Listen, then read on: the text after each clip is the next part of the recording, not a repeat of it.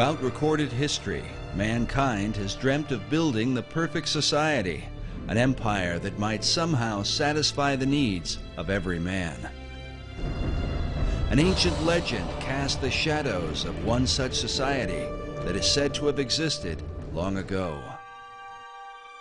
2,500 years ago, the Greek philosopher Plato set down a dialogue called the Critias. He recounted the story of an ancient Greek poet and statesman named Solon. Solon had journeyed to Egypt in search of wisdom to help the government of his beloved Greece. The Greeks had been beset with factions and troubles, so Solon took counsel from the priests of the city of Sais. An old priest told him, "O Solon, Solon, you Greeks are never anything but children. There is no old opinion handed down among you, nor any science that is white with age." The old priest then proceeded to tell him the story of the lost city of Atlantis. In the centuries that would follow, scholars and researchers have debated whether Plato's Atlantis was intended to be an account of real history or simply an allegorical myth.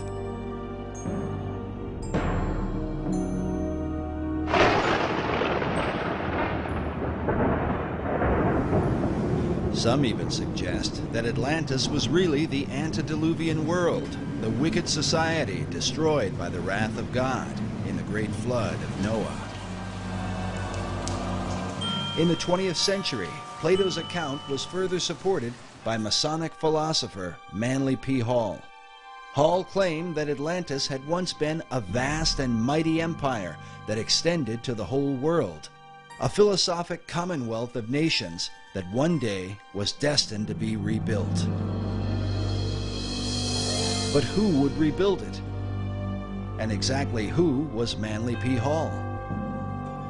Manly P. Hall was probably the most highly esteemed occultist and Freemason of the 20th century. He understood the secrets of the ages long before he ever joined the Masons. Was really the foremost authority on the occultist side of Freemasonry, the deep, dark side of Freemasonry, the one that most Masons never ascend to. I can't really think of anybody close to him. Manly P. Hall was one of the leading people within this whole other world that we talk about. Hall authored over 200 books and is said to have given some 8,000 lectures on ancient philosophy. He is perhaps most remembered for his contribution to the mysterious Brotherhood of Masonry. Upon his death in 1990, the Scottish Rite Journal, a Masonic publication, noted that he was often called, quote, Masonry's greatest philosopher.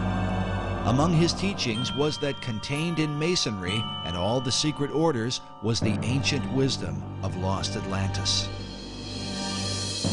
Hall wrote that for more than 3,000 years, secret societies had been laboring to create a background of knowledge necessary to the establishment of an enlightened democracy among the nations of the world. According to Hall, these societies could be traced back to ancient Egypt and had for centuries known of a secret place hidden from the eyes of common men, a place that would one day be revealed. In the 17th century, as settlers were colonizing the New World, Sir Francis Bacon, the leader of secret societies in England, set down his classic work, The New Atlantis. While archaeologists and treasure hunters have searched the globe looking for the lost continent, 400 years ago, Bacon, like many of his contemporaries, believed that Atlantis was America itself.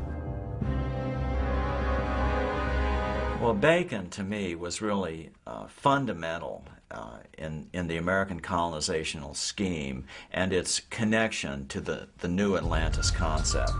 He was trying to lay a foundation for what could be accomplished in the New World. While the Atlantis of Plato was a mighty empire known for the philosophy of its kings, Bacon would write of a nation governed by scientific achievement, filled with marvels and wonders never before seen.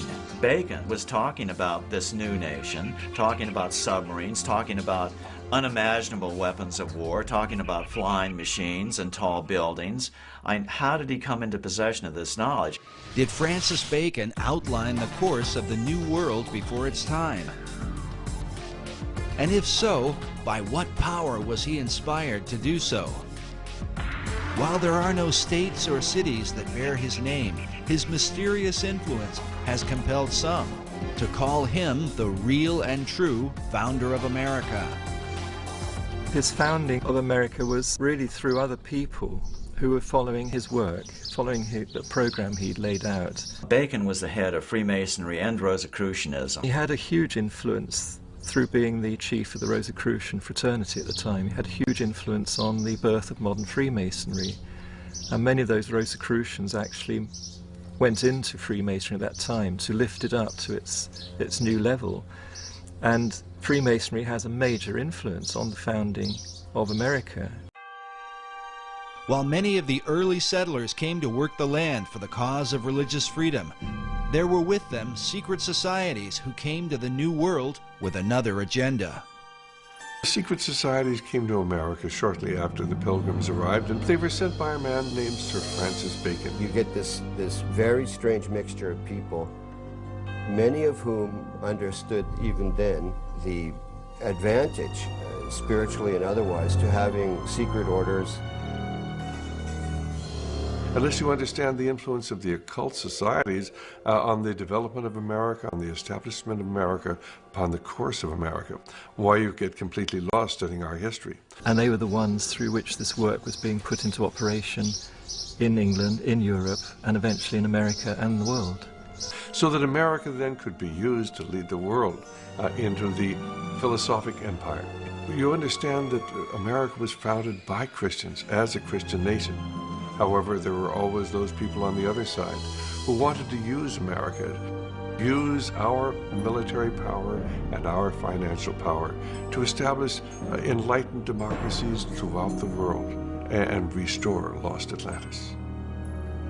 Yeah, maybe Bacon had it right. Maybe Atlantis is not something yet to occur, but maybe it's occurring right now in America. In his lifetime, Sir Francis Bacon referred to himself as the herald of a new age. He promoted a new universal order for the whole world. Can this be what early American founders referred to with the words Novus Ordo Seclorum, the new order of the ages? And does this vision affect America today? When our founders declared a new order of the ages, they were acting on an ancient hope that is meant to be fulfilled.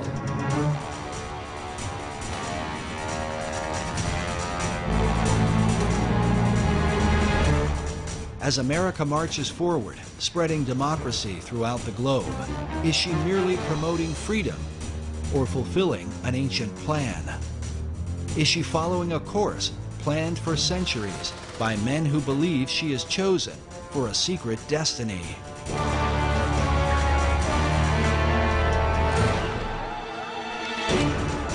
To understand the present and possibly the future, we look into the past as we unfold the secret mysteries of America's beginnings. Can America be the new Atlantis?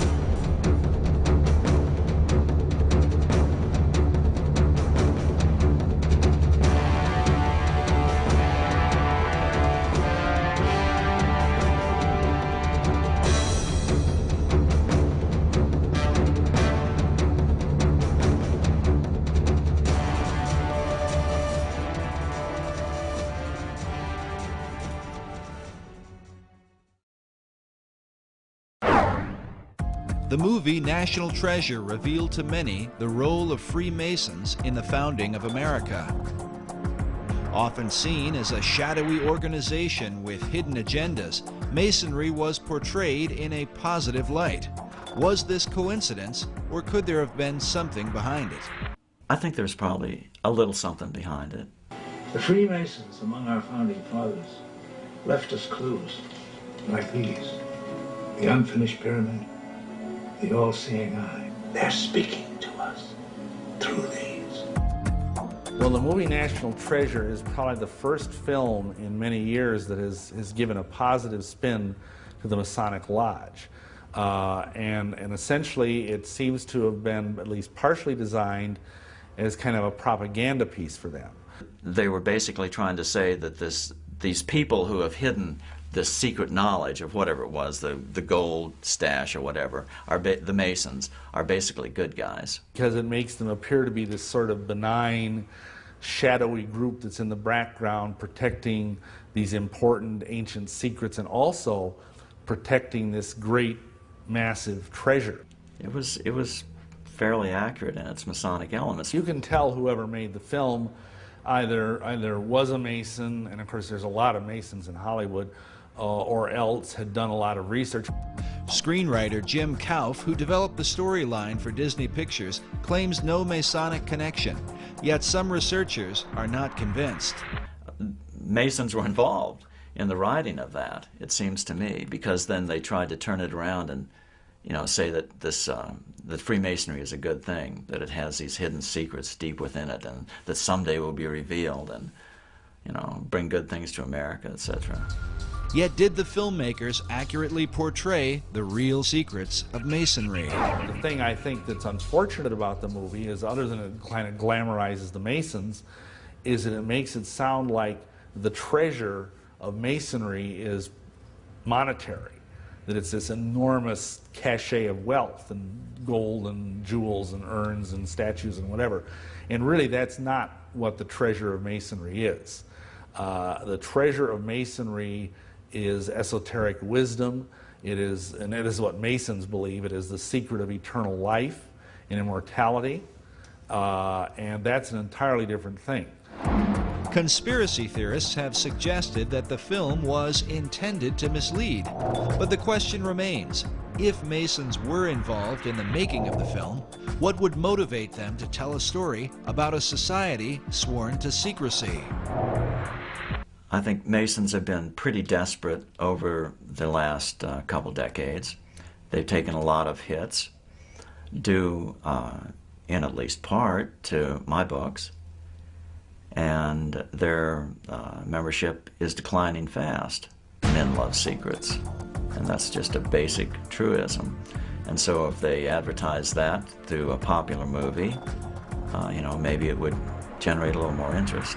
On one level, the film, I think it does some good in that it does educate people about the origins of our country and the fact that the origins of our country was very much steeped in Masonry. But on the other hand, I think it misleads about the benign nature of Masonry's involvement, and also it misleads by defining the nature of what Masonry has been guarding for the last 3,000 years. But what has Masonry been guarding for the last 3,000 years? The real history of the craft, as it is called, varies from one source to another, and is a continued thorn of controversy. Masons claim biblical origins dating back to Tubal-Cain, the first craftsman, as well as Nimrod, who built the Tower of Babel and founded the ancient city of Babylon. King Solomon plays an important role, as Masons are said to have been the builders of the Great Temple in Jerusalem. No less important is the influence of Gnosticism, sometimes called the mother of Masonry. According to Masonic historian Albert Mackey, Gnosticism is where Masonry gets the mysterious letter G, as seen here in the midst of the Masonic square and compass, a symbol that often adorns Masonic tombstones.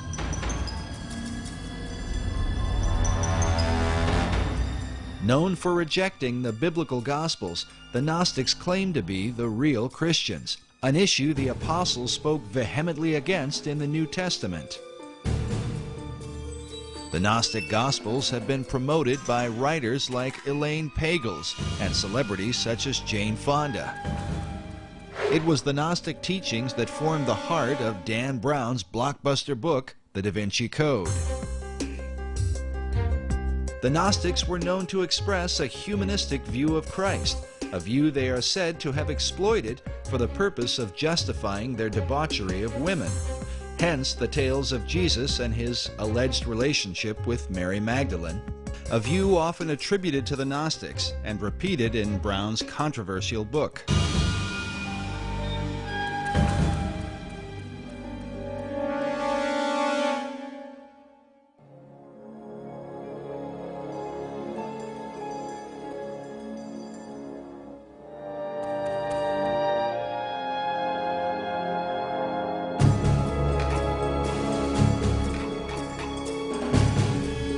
but Masonry's most popular debates, especially with films like National Treasure and books such as The Da Vinci Code, Born in Blood, and Holy Blood, Holy Grail, seem to involve the mysterious Knights Templar, whose connection to Freemasonry is often seen at the Rosslyn Chapel in Scotland's capital city of Edinburgh.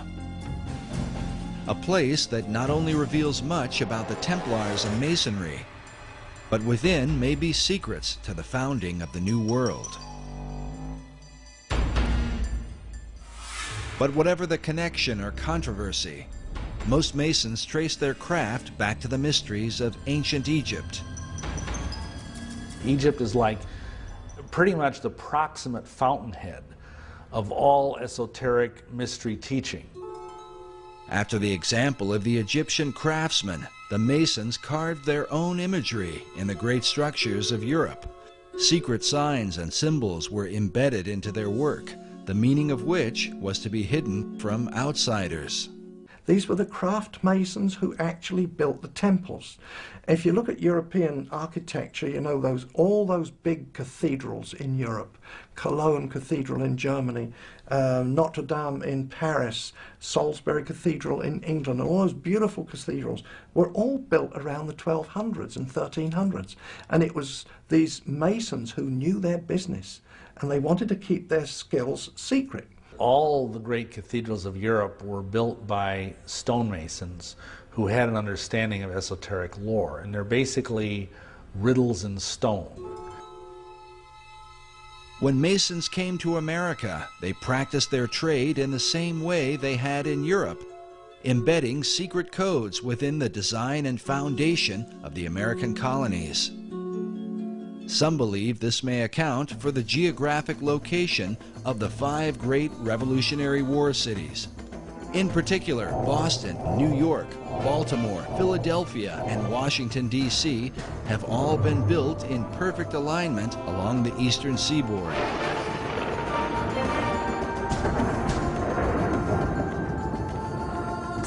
Researcher Jim Allison believes this alignment may be a part of something greater. Let me say this, I think it is very unlikely that the alignment is coincidental. According to Allison, the alignment of cities and ancient sites are part of a series of great circles that encompass the earth. These circles are supposedly like lines of power upon which significant sites are built. The simplest example, the most obvious example of a great circle, though, is the equator, because it runs around the center of the earth. It runs due east-west. Meridians of longitude, which run due north-south through the north and south poles, if you extend it all the way around, those are also great circles because they run through the center of the earth. Allison claims that mystical sites like the pyramids, Easter Island, the Mayan and Aztec cities are all built upon these great circles.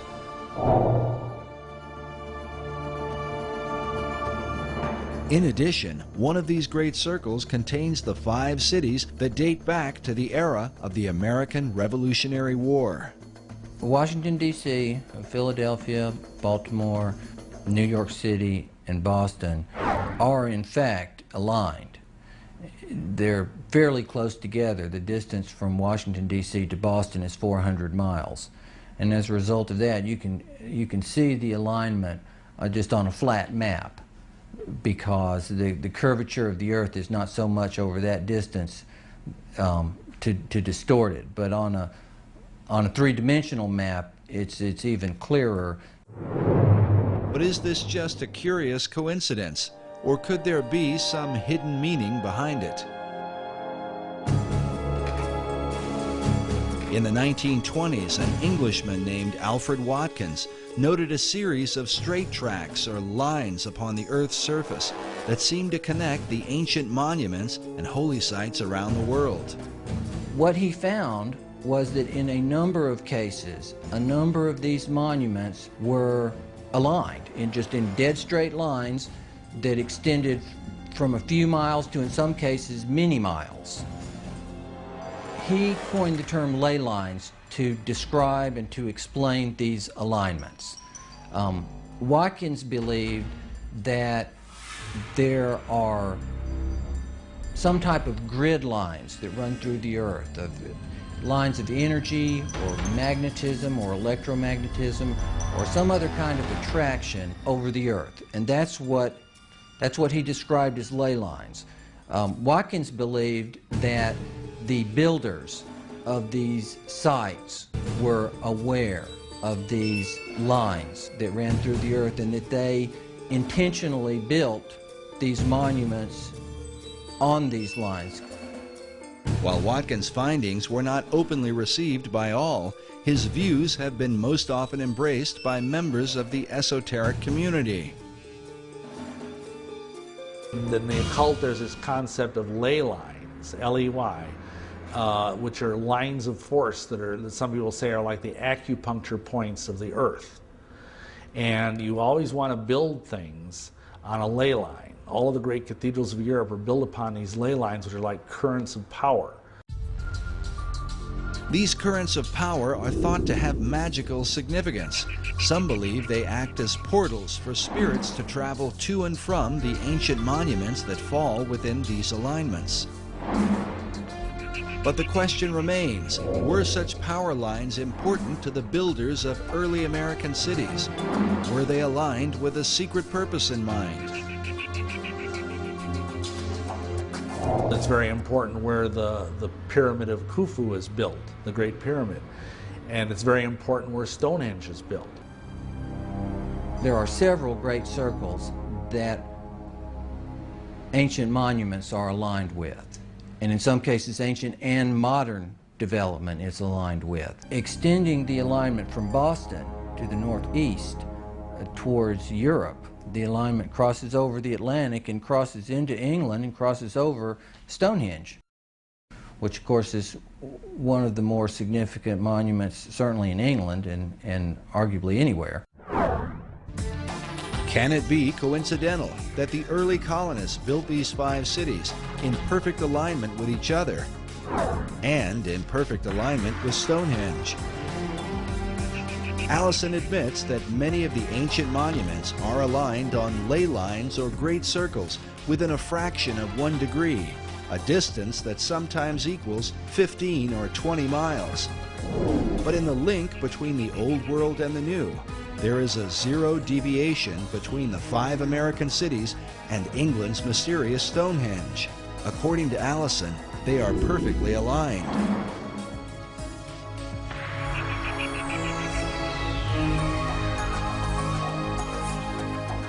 Can such a perfect alignment be unintentional, or the result of some natural attraction of ley lines in the earth?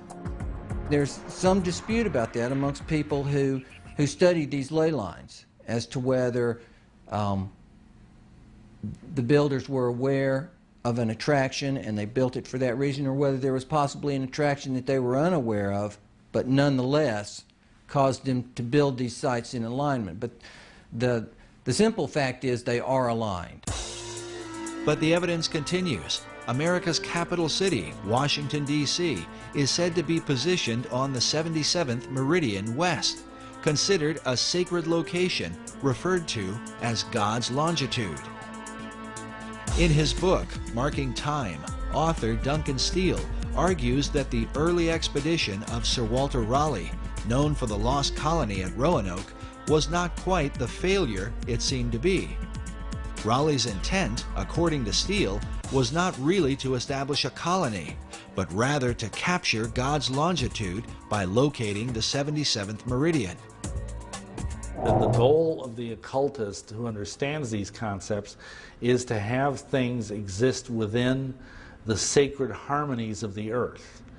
And if indeed they believe that the 77th meridian was somehow very sacred, then it would be incredibly important for them to plant their flag there. In Washington, D.C. is even found Meridian Hill, said to mark the precise location of the sacred longitude. Raleigh himself was a member of Bacon's secret society in England.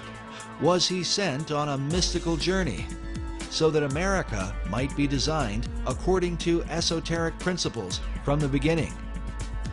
and how many others came ashore as a result of the Baconian influence. The Rosicrucians came ashore very early on in the founding of the New World. The Masons were also there from the beginning, and I think from very early on, this if you will, cartel, this occult cartel of various groups, basically had it as their goal to establish a society on this continent that was wholly given over to esoteric goals.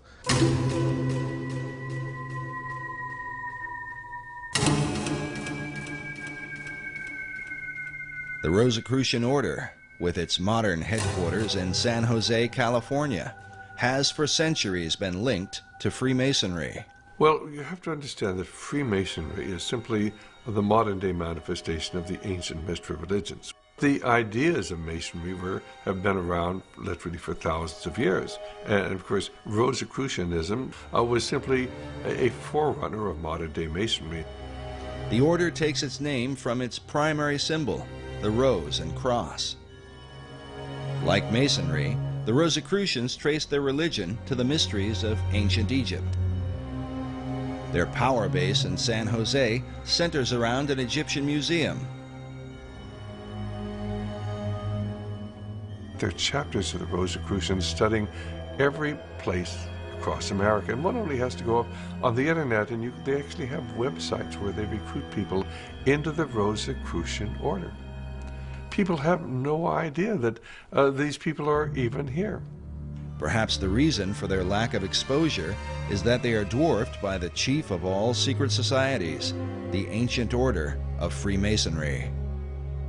Nevertheless, the Rosicrucians are said to be the first of the secret orders to have opened a door in the New World. The very first that we know of occult beachhead in America was Rosicrucian.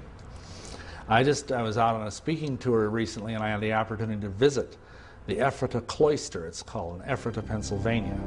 And it's where the original Rosicrucian community built its headquarters, right on the east coast of the United States. And that was in the 1600s. And right about the same time that Christianity was establishing its beachhead in America, so was the Rosicrucian order. In the 16th century, Sir Francis Bacon had become the chief of the Rosicrucians in England.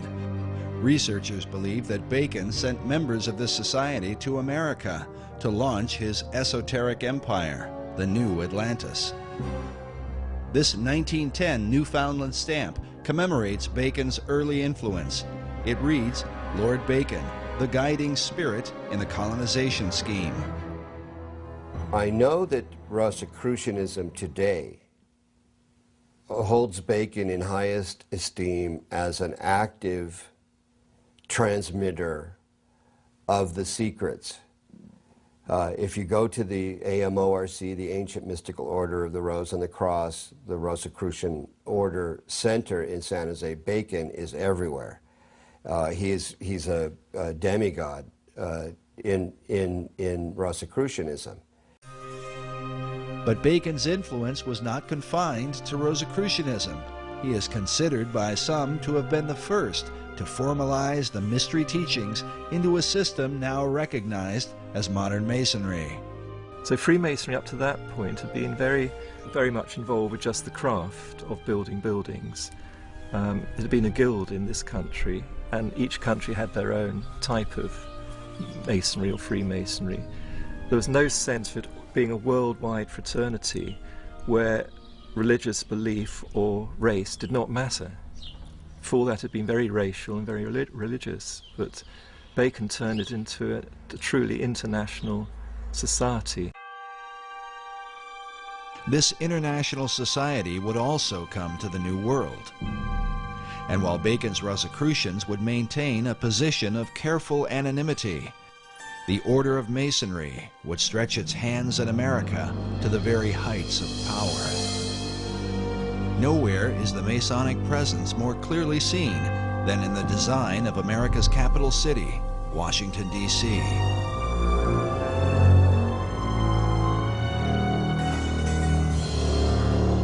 Yes, Washington, D.C. is completely based on Masonic architecture. The whole architecture is laid out in an occult manner with Masonic symbology. Every major building in Washington, D.C. has a Masonic plaque on it. I mean, the Masons have permeated, and the other secret societies have permeated our society since the very beginning. In his book, The Secret Architecture of Our Nation's Capital, author David Oveson confirms the esoteric influence of Masonry in the design and building of Washington, D.C. Oveson reveals the occult ceremonies surrounding the laying of the city's cornerstone, a ritual that involved the father of the nation, George Washington. 200 years later, in a ceremony commemorating this event, Senator Strom Thurmond, himself a 33rd degree Mason, is pictured alongside the cornerstone upon which is carved a Masonic square and compass. If you either look at the map of Washington, D.C. or try and drive in Washington, D.C., you think it must have been designed by a nutcase. But actually it was designed by a Freemason, a French Freemason named L'Enfant. I think Pierre-Charles L'Enfant was his name. And it's full of esoteric symbolism. Oveson writes that, like the pyramids of Egypt, the entire city was built in alignment with the stars, and suggests that the hidden purpose for the Masonic rituals is that America might be empowered by the gods of the ancient world. Can this be the reason for the pagan god and goddess images that have come to represent America? Tradition often claims that America was founded as a Christian nation only. But if this is the case, why are its symbols those of the pagan religions rather than images of Christ, the apostles, and stories from the Bible? Well, I think that this is where the great confusion comes in. America was founded as a Christian nation, but it was also founded as an occult nation. And there have always been two parallel forces here in America. One the Christian, one the occult, dating back into the 1600s. And until you understand that, you can't understand anything going on in the world today.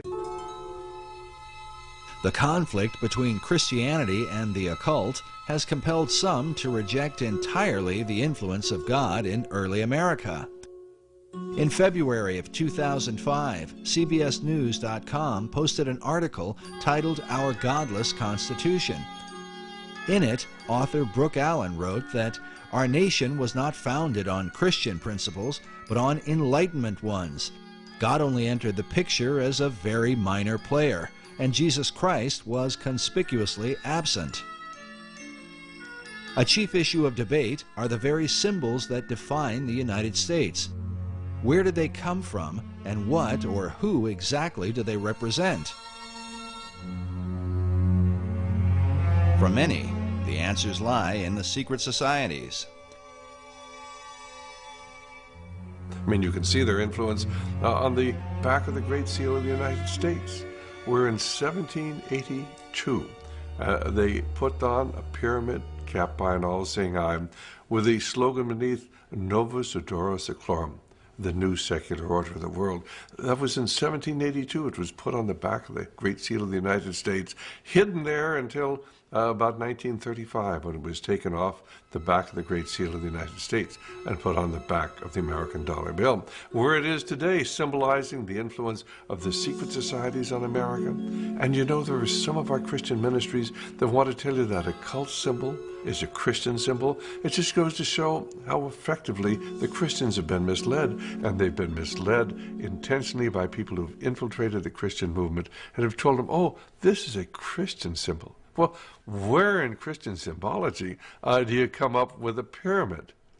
Where in Christian symbology do you come up with a glorified eye light? This is all the symbology that everybody who's involved with the occult understands.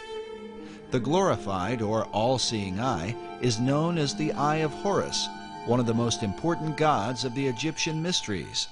Other pagan icons include the Washington Monument, an obelisk normally dedicated to the Egyptian sun god. Meanwhile, the idea for the Statue of Liberty was taken from the Colossus of Rhodes, one of the 7 wonders of the ancient world, and combined with the imagery of the goddess of ancient Babylon, Queen Semiramis. But what do these esoteric elements tell us about the founding fathers of America? Who were they, and what was the light by which they saw the world and themselves in it?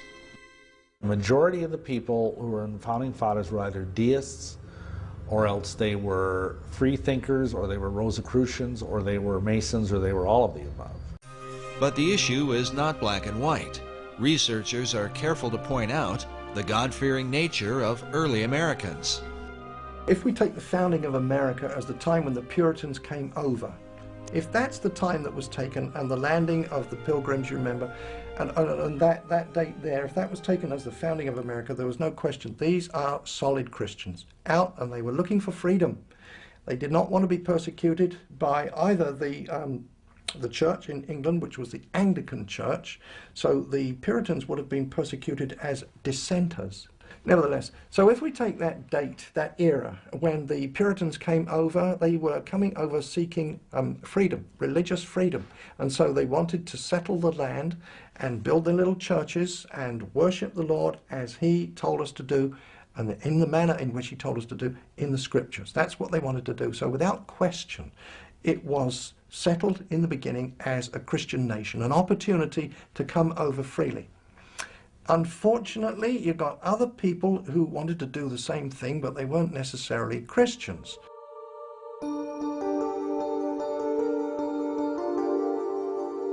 By far, the chief source of contention is the involvement of the Founding Fathers with secret societies, namely Freemasonry.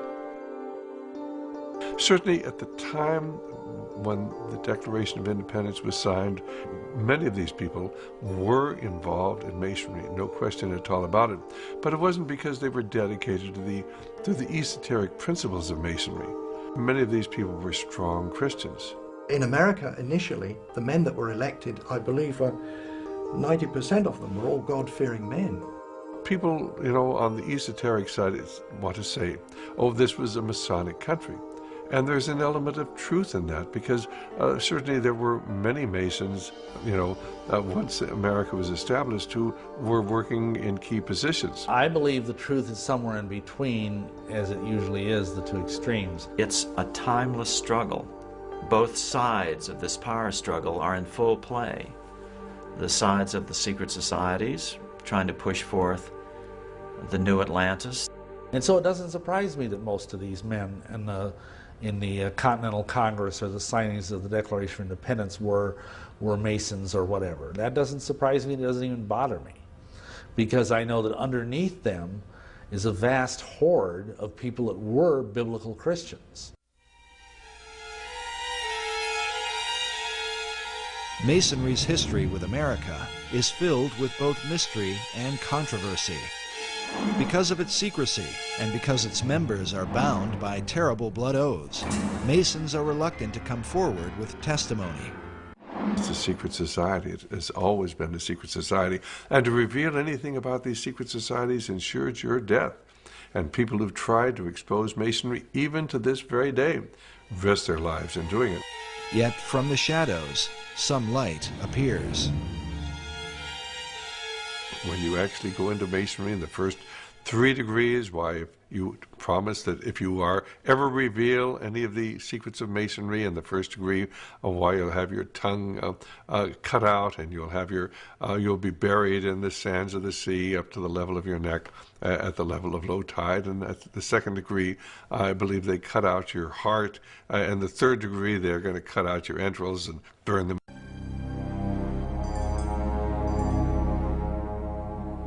In the 19th century, a man named Captain William Morgan was murdered by a group of Masons who were bound by such blood oaths. Well, Captain William Morgan was a guy up in Batavia, New York in 1826. He was the first American to publish the first 3 degrees of Freemasonry, of the Blue Lodge. The things you had to say, the oaths you had to take. And Masons didn't like that very much. Captain Morgan had violated his oath by writing a book to let people know about the terrible oaths of this terrible society.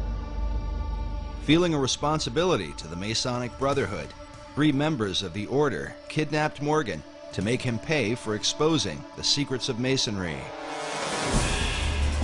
Hey, boy! Goodness! What is this? Stop!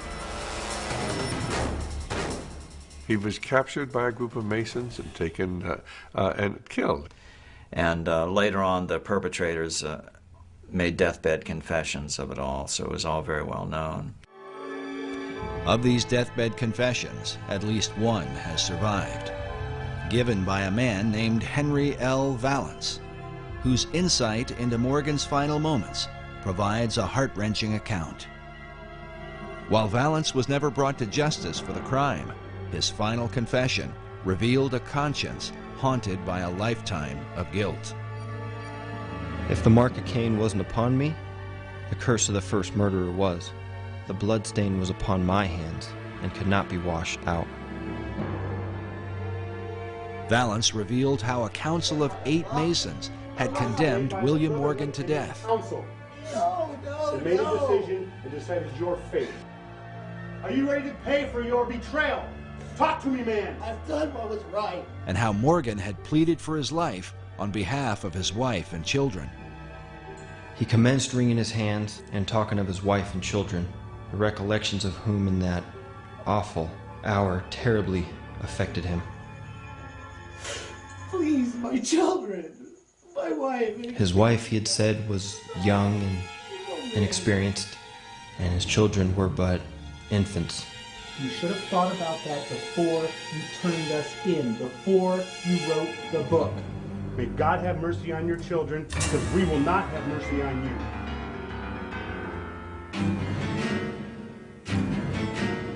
Despite Morgan's plea for mercy, Valence and his fellow Masons were determined to carry out their grim task. They gave Morgan time alone to prepare himself to die. How Morgan passed that time, said Valence, he could not tell, for everything was quiet as a tomb within.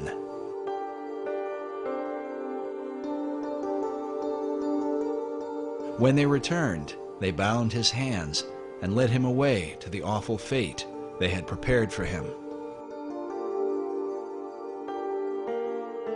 The story was he was actually drowned after being mistreated horribly for a period of time. Well, when the word of this got out, and people began to realize this dangerous influence of Masonry within our society, why the membership of the organization fell off dramatically. As one investigator put it, as one writer put it, Freemasonry, which was rampant throughout the country at that time, almost dried up overnight.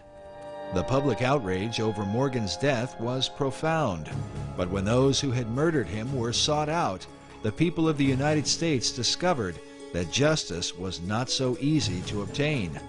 The reason was given by the Reverend Charles Finney in his book, The Character, Claims, and Practical Workings of Freemasonry, first published in 1869.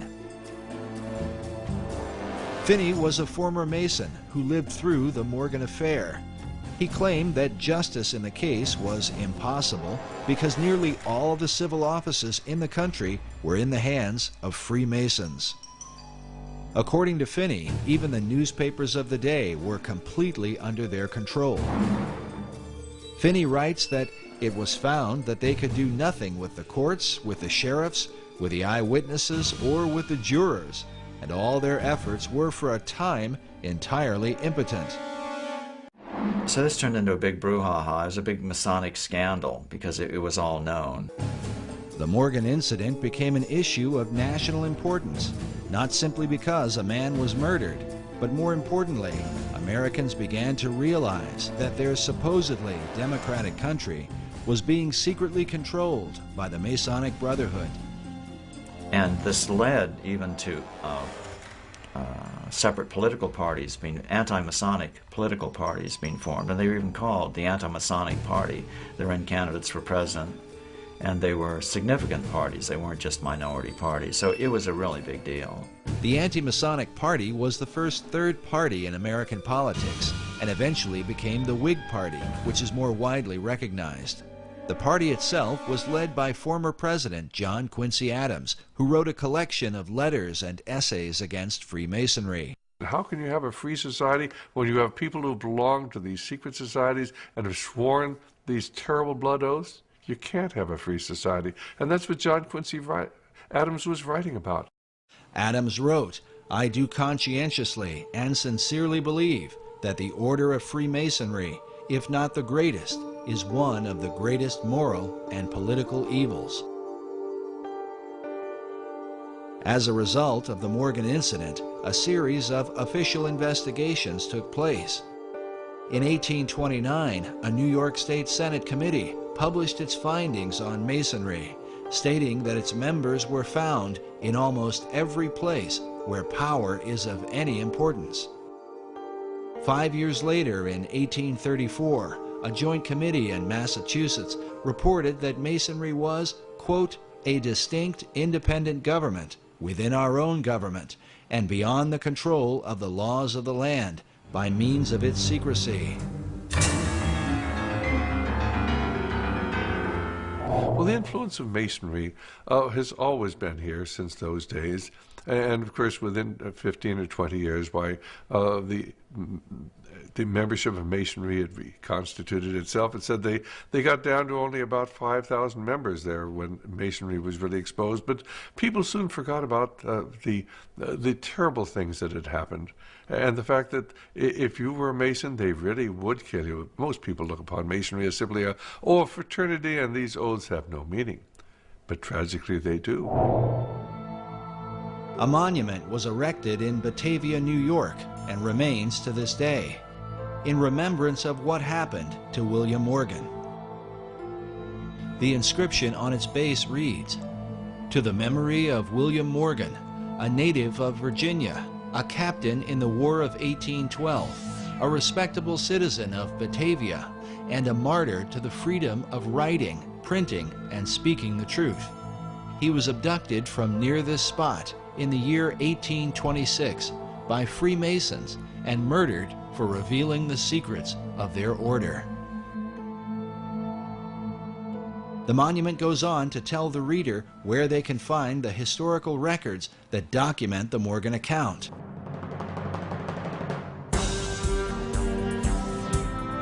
Why would the citizens of Batavia have gone to this length?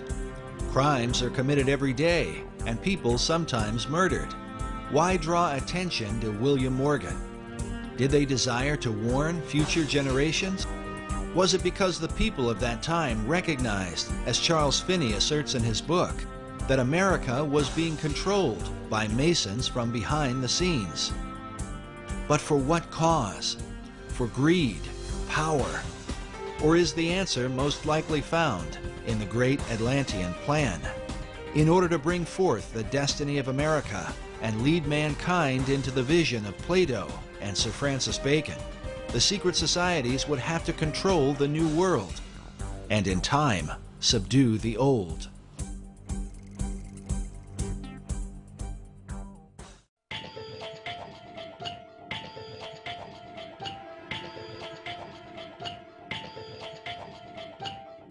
But how to bring about this utopian empire? In his writings, Sir Francis Bacon called for a universal reformation of the whole wide world. To bring about this reform, some believe the secret societies launched a world revolution. People do not understand that our revolution was the first in a series of revolutions that began in 1776 and extended right up until the Cuban Revolution in 1959, when Fidel Castro came to power. And this is a series of revolutions to transform the world. While most Americans did not fight the War of Independence for the cause of global revolution, it is undeniable that secret societies played an important role and that many of America's founders were Freemasons. Many of them were Masons, but they were into Masonry because, of course, this was the only way that they could protect themselves. This was the only way they could keep from being found out. So they were plotting a revolution. They had to have a means of maintaining their secrecy. I think Masonry was, in fact, used as a built-in network, a secret network, in which to foment the American Revolution. They didn't have to put a network together, it was already there. All they had to do was sort of ride on the back of Freemasonry to make the American Revolution work. And work it did with the help of Masonic ingenuity, beginning with the kickoff event, the Boston Tea Party.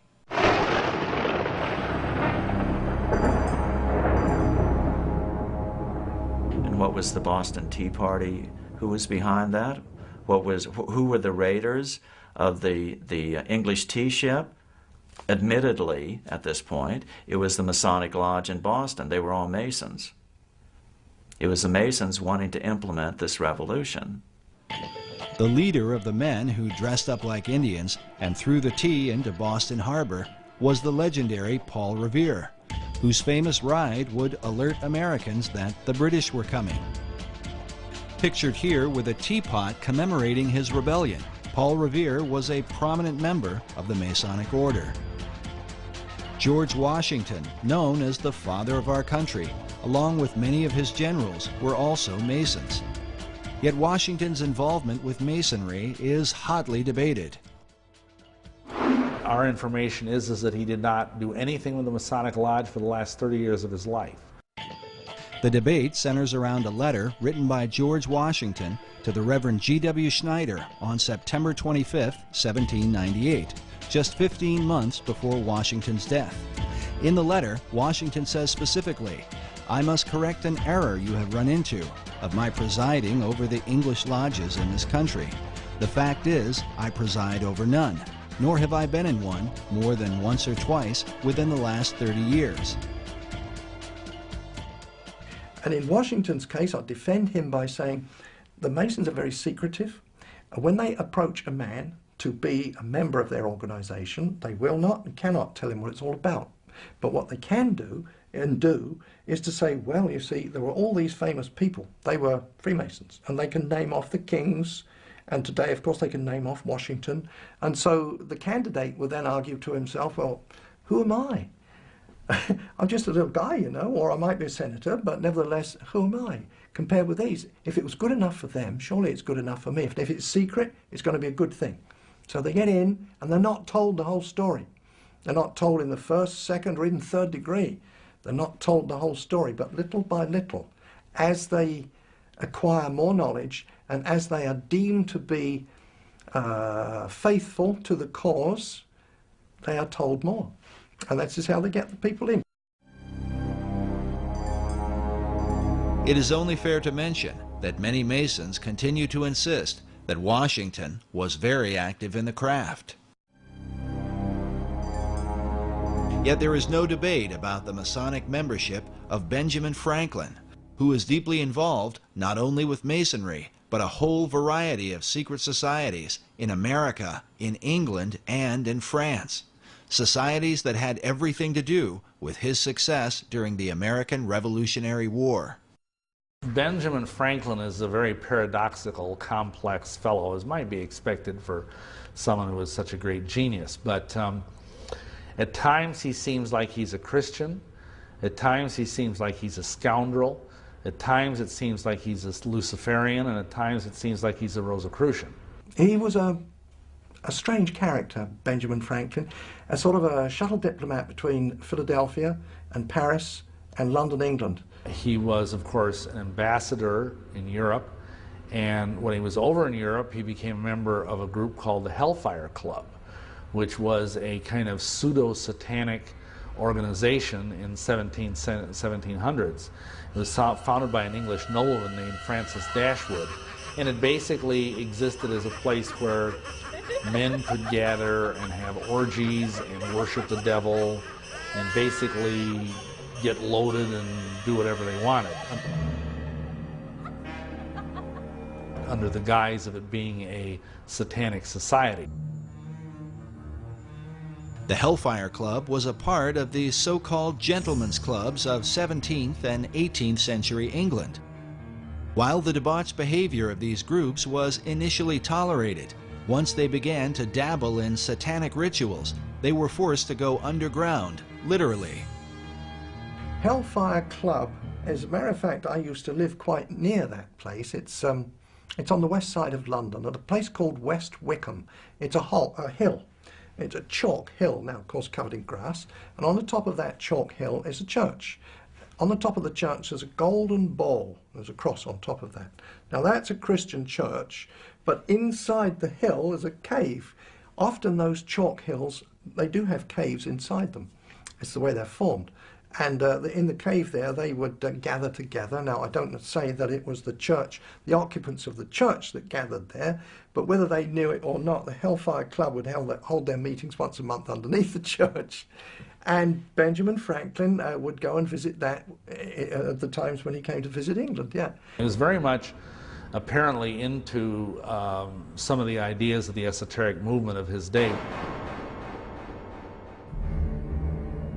A book on witchcraft, magic, and the supernatural claims that Benjamin Franklin often came to Sir Francis Dashwood for information on the occult. Dashwood himself was said to be a Rosicrucian and leading member of the secret orders. In this portrait, we see a young Francis Dashwood with his hand posed in a fist-like position. In Masonry, this hand signal is known as the lion's paw and is used in Masonic ritual. Among Satanists, however, this same gesture is said to be called the devil's claw. While it cannot be said how deeply involved Franklin was with the occult, the Hellfire focus on drinking and debauching women would certainly have agreed with his character. He was very famous for being a ladies' man. He was very much a playboy, which of course would be contrary to being a devout Christian. The Hellfire Club had great disdain for Christianity. In fact, they did not call themselves Hellfire, but rather the monks of Medmenham Abbey. Such parody was the influence of a French priest named Francois Rabelais, condemned as a heretic for writing a series of perverse comedies called Gargantua and Pantagruel. In them, Rabelais mocked religion, glorified immorality, and defended man's right to pursue without restraint the desires of his own will. Adopting his philosophy, the Hellfire motto was, "Do what thou wilt shall be the whole of the law." Could this have been what attracted Franklin to the group? An opportunity to escape the puritanical tendencies of America, while in England to pursue lusty desires that would have been openly condemned by his fellow countrymen, at least at that time.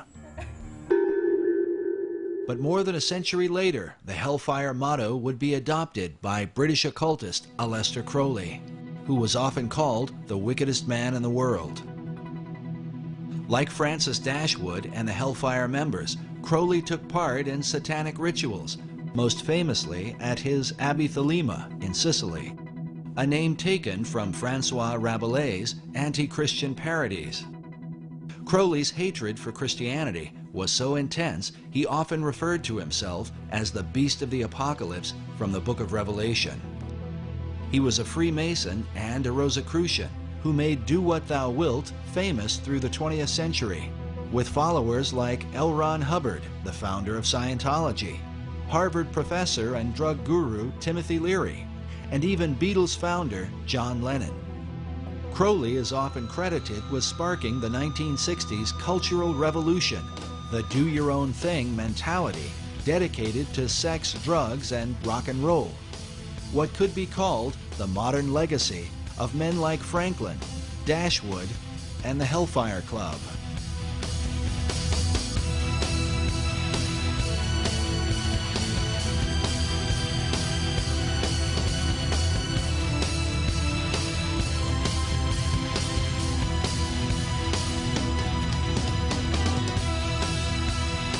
But wait a minute.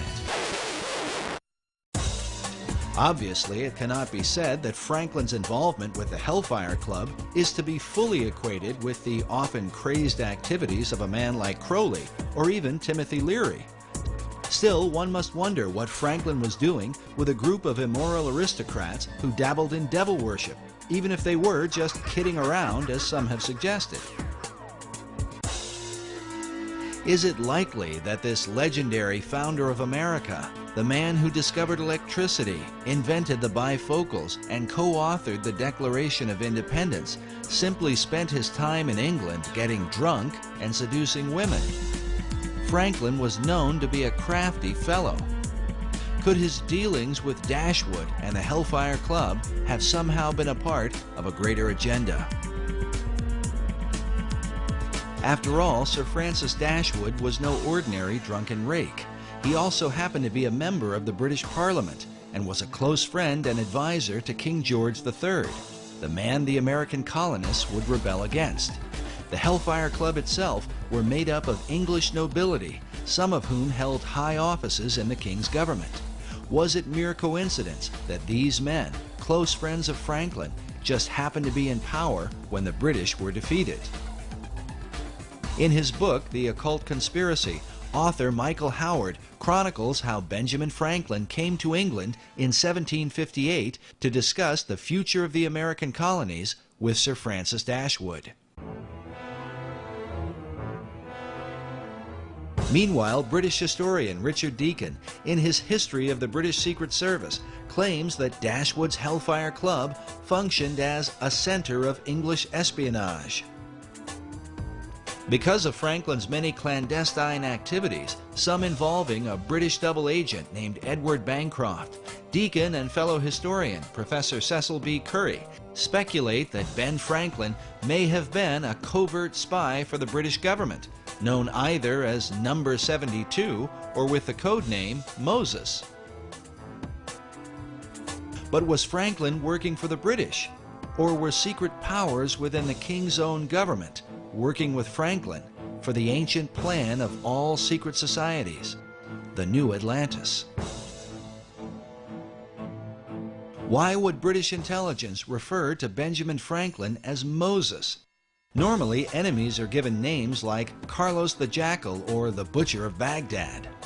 But Moses? Was the name itself a kind of cipher or secret code?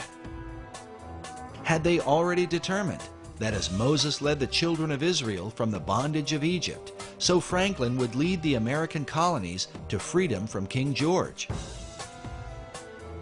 Could this be why Benjamin Franklin's initial design for the Great Seal of the United States was that of Moses standing on the shoreline of the Red Sea as the waters destroyed Pharaoh and his army, with the motto, "Rebellion to tyrants is obedience to God"?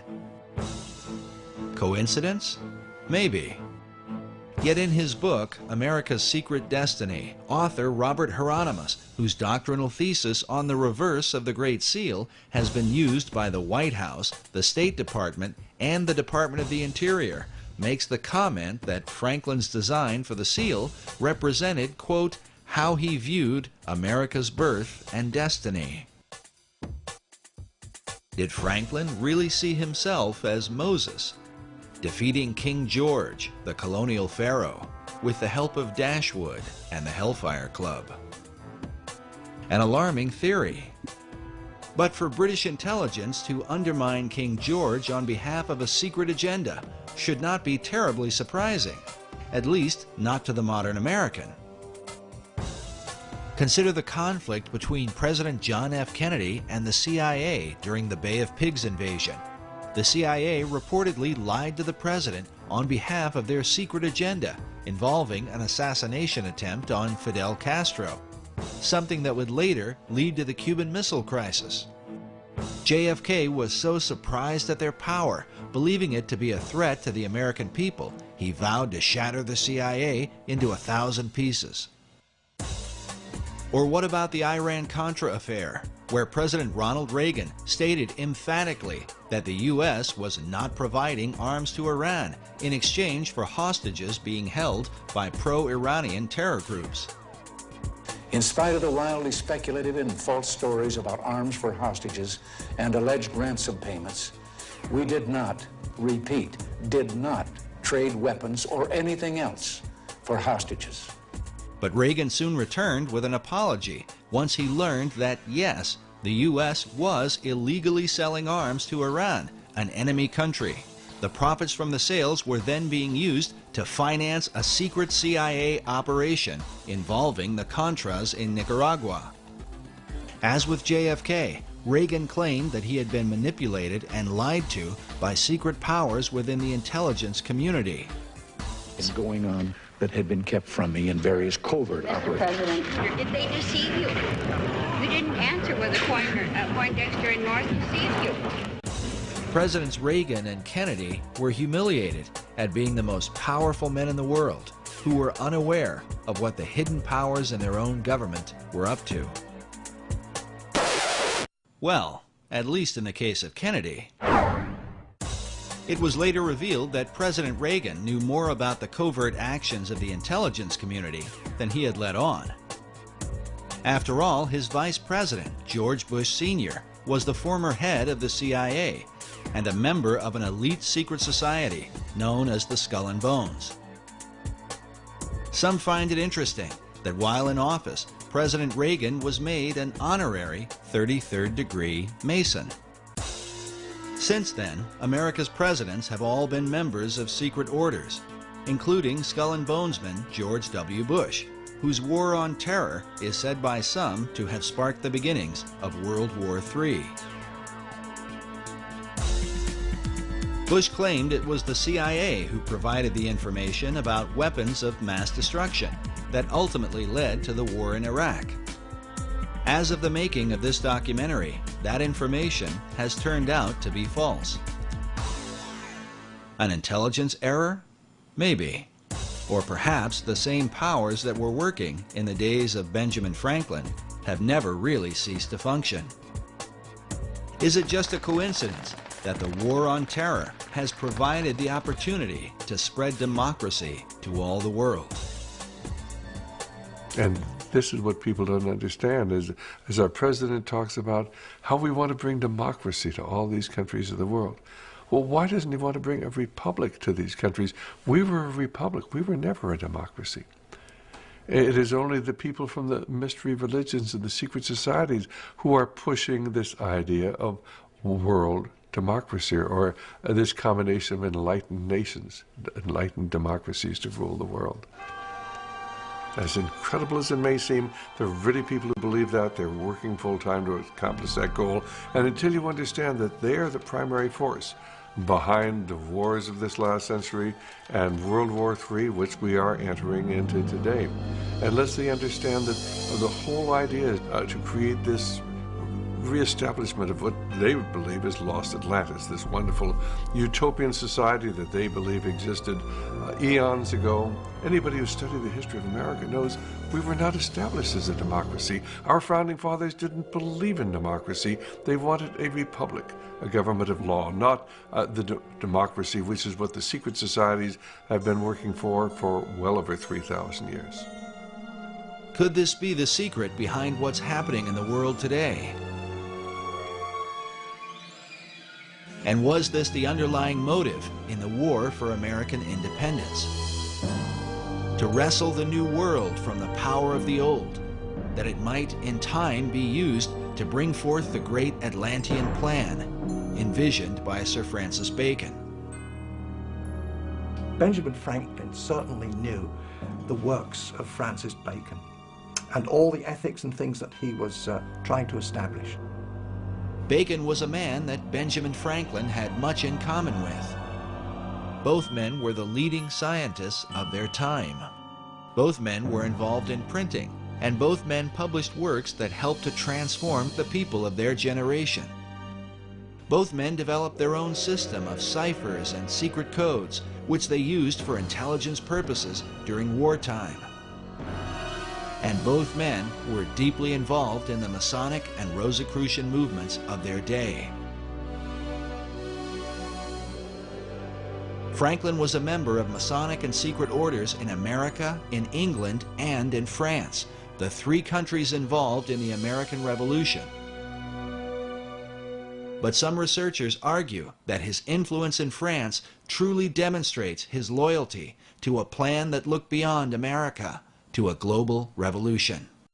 He was the master of the Lodge of the Nine Sisters, Neuchoir, the Lodge of the Nine Sisters right in Paris, and that's where the revolution started, incidentally. So he was lodge master there every time he visited the place. He, as so many young people, very intelligent people, really believed that man could create a better society without being totally reliant upon God. And of course, we know that eventually he went to France, and when he was in France as the American ambassador to France, he was instrumental in pushing these ideas that led to the French Revolution. Franklin went to France to convince King Louis XVI to finance the American Revolution. But in the process, Franklin was preaching radical ideas that would later on inspire the French to overthrow Louis, the very monarch who had helped to pay for the founding of America. Americans desperately needed money to fight the War of Independence because, according to Franklin, England had ruined their economy to keep America from becoming too prosperous. When he was ambassador to England, the Bank of England said, how come America, the representatives of the Bank of England said, how come America is getting so rich? And Franklin, in his autobiography, recounts the story. He said, well, that's easy. In America, we create our own money and we owe no interest to pay to no one. So the Bank of England said, oh, that's very interesting. So they immediately had passed through Parliament the Currency Act of 1764. And what did the Currency Act do? It outlawed the creation of America's own money and put America on the gold standard, made Americans pay their taxes in gold or silver coin, which of course was very scarce in the American colonies in those days. So what was the result? It immediately plunged America into a deep depression. Franklin says that this depression, and everyone in America was well aware of what the depression, who caused the depression, and why it was caused, just because England outlawed America just simply printing its own money, and that it was this Currency Act of 1764 that was really the root cause of the American Revolution, because it caused so much unemployment and a terrible economic upheaval. And Franklin's quote is, we could have endured a little tax on tea and other matters, but it was England's taking away our ability to create our own currency that was really the root cause of the revolution. And so King Louis supported the American cause through financial aid and the use of troops. But some years later, many of the French soldiers who fought for America would return to France to fight the French Revolution. Among their leaders would be an American hero, the Marquis de Lafayette, who served alongside George Washington. Lafayette was also a Freemason and close acquaintance of Benjamin Franklin, the man who seemed to be the friend of nearly all the revolutionaries of the day. It was Benjamin Franklin who initiated Voltaire himself in 1778. He could then brag and say, "Well, Voltaire was a Mason." Ooh. People would say, if it's good enough for him, it must be good enough for me. I don't know what it's all about, but it sounds like a good thing. While the writings of Voltaire inspired the French revolutionaries, Americans were compelled by another of Franklin's close friends, Thomas Paine. Thomas Paine was a member of the Lunar Society. Benjamin Franklin would go and meet with them, yeah. Anyway, he recognized in Thomas Paine that the fellow was, he was pretty good at writing. And so he brought him back with him to Philadelphia. And he wrote the pamphlets that started the revolution in America. It was a little booklet called Common Sense. Thomas Paine wrote that, and it was kind of inciting people to war against King George III. With the help of Paine and his fellow Masons, Franklin worked to create the revolutionary mentality among the colonies. Yes, Franklin developed the concept of the virtuous revolution. The thought of revolting against a monarch amongst European people was absolutely anathema. It went totally against the European mindset of the divine right of kings, where government is of God, kings are appointed by God, and so the virtuous revolution was something really different. But not all Masons went along with Franklin's ideas. like the man known as the Great American Trader, Benedict Arnold, also a Mason who chose to side with the British during the war. Nevertheless, for good or for ill, Masonry was clearly at the helm of the War of Independence. It seems ironic, however, that American Masonry today owes its allegiance to the very country it rebelled against. Modern Masons trace their official beginning to the United Grand Lodge of England, founded in 1717. The official start of modern Masonry is in 1717 in the Apple Tree Tavern in London, where the first Grand Lodge of England was convened. And that's called the Mother Lodge, because essentially all English-speaking lodges precipitate out of that. And for example, all American lodges, all the different Grand Lodges of the different states, all ultimately owe their allegiance and their warrant to the Grand Lodge of England.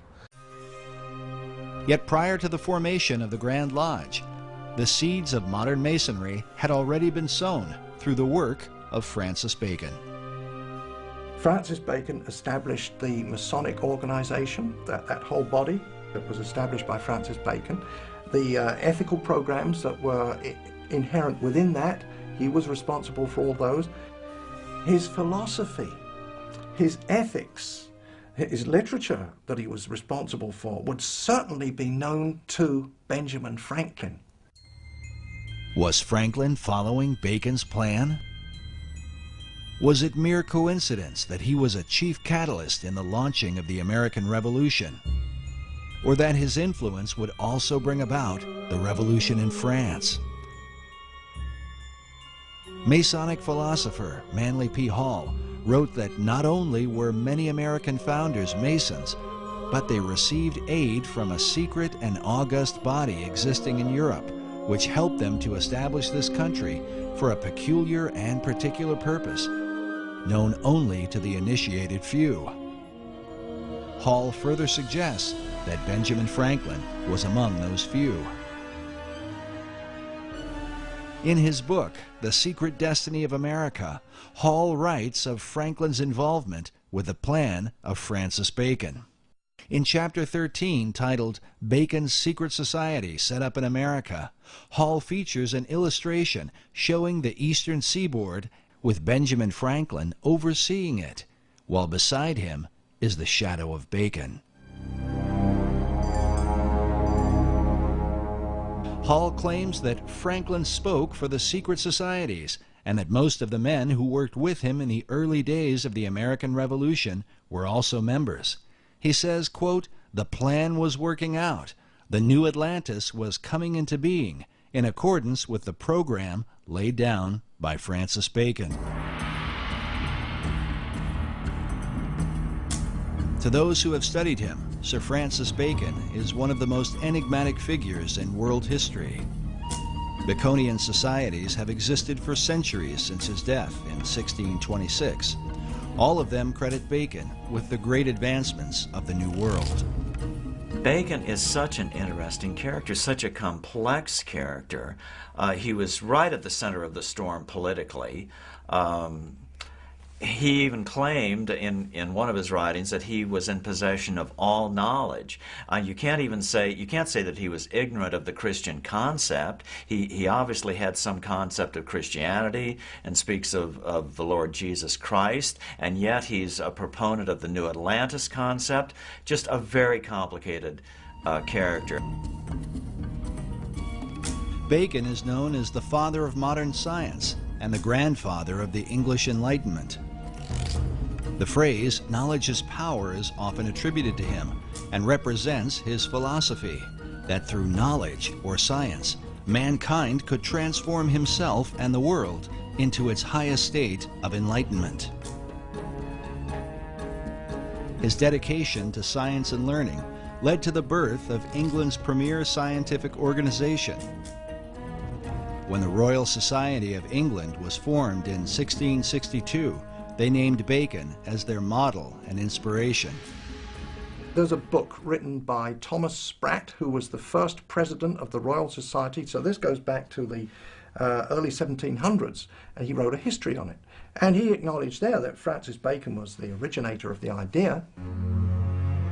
Yet even beyond the Royal Society, 20th century historian Will Durant wrote that the whole tenor and career of British thought have followed the philosophy of Bacon, a philosophy brought to America and furthered by some of her most influential leaders. Thomas Jefferson considered Francis Bacon one of the three most important men in history, along with John Locke and Sir Isaac Newton.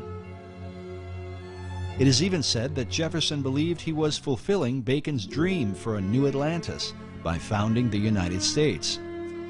As a result, nearly all Baconians credit Bacon with the founding of America. This painting, once owned by Baconian author Marie Bauer Hall, shows the North American continent with the spirit of Bacon rising from the midst. Above his head is the all-seeing eye of Horus in the midst of a triangle, while upon his cloak is the rose and cross, the symbol of his Rosicrucians. Despite these things, little is mentioned about Lord Bacon in the history books of America. There are no states, cities, towns, or schools named after him, which begs the question, other than Benjamin Franklin and Thomas Jefferson, which of the founding fathers did he really influence? Which of those founding fathers were most influenced by Bacon's work? I would suggest it was all those who were Freemasons. Well, I think probably all the first presidents of America who were Freemasons, you could say, were influenced by him because of the influence that went into Freemasonry, but by Bacon. But I expect some were more influenced than others, or more inspired than others, and some may not even have known that Bacon was behind it all, in the sense of an inspirer. But maybe they all did. I mean, they were pretty intelligent men.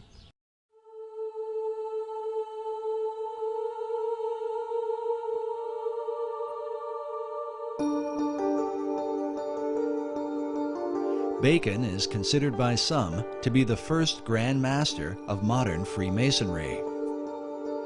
While the craft would not be officially established until after his death, it was Bacon who mapped out the plan for the ultimate aim of Masonry and all secret societies, the establishment of a new Atlantis.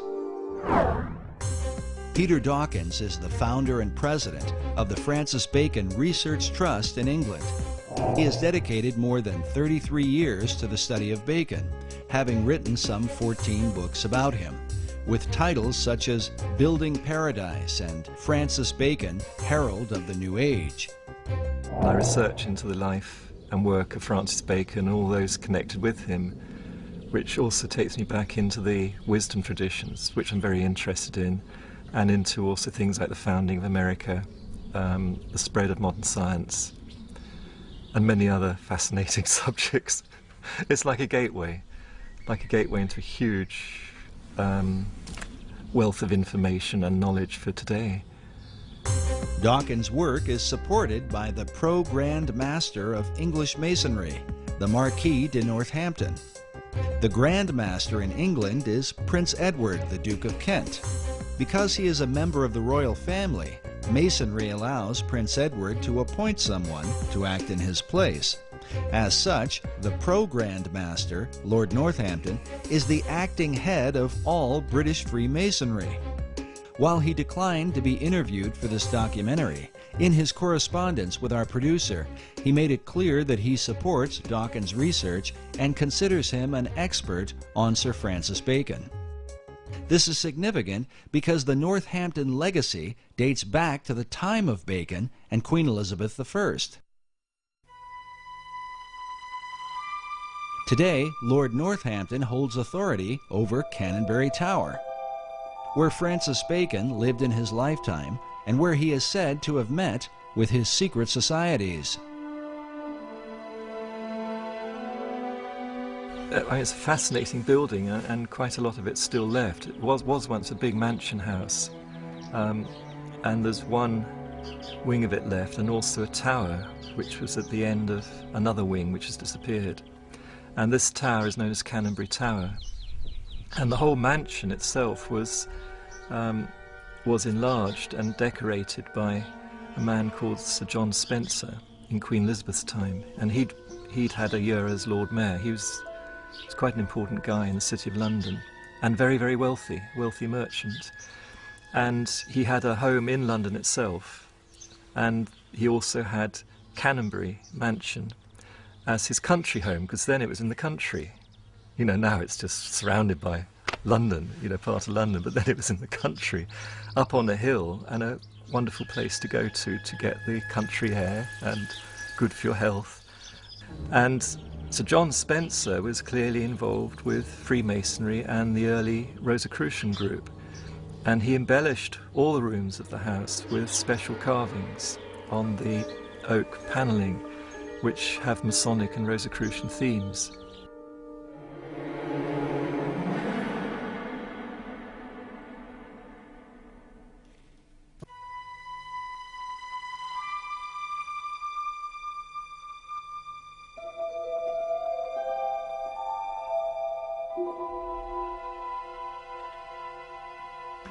And particularly the fireplaces are done very, very carefully and specially. But the Compton and Spencer rooms still have the original carved panelling in, and the carved fireplaces, full of Masonic and Rosicrucian themes. That was done by Sir John Spencer, and the carvings are dated around about 1598 to 1601, that period. Well, eventually the house was taken over by Francis Bacon when he was made Lord Keeper of the Great Seal and then Lord Chancellor, and he rented the house for the rest of his life. And it's during this time that what's called the Invisible College was founded, and many other things were done, and he's known to have carried out scientific experiments there. And it's quite clear too that the house was the perfect meeting place for his Rosicrucian group. You know, it was a headquarters outside London. It was private in those days. It could be well protected out of prying eyes. This labor of pursuing knowledge in secret represents Bacon's belief and method of working. In his New Atlantis, he wrote of a society that observed all things, but was known by no one.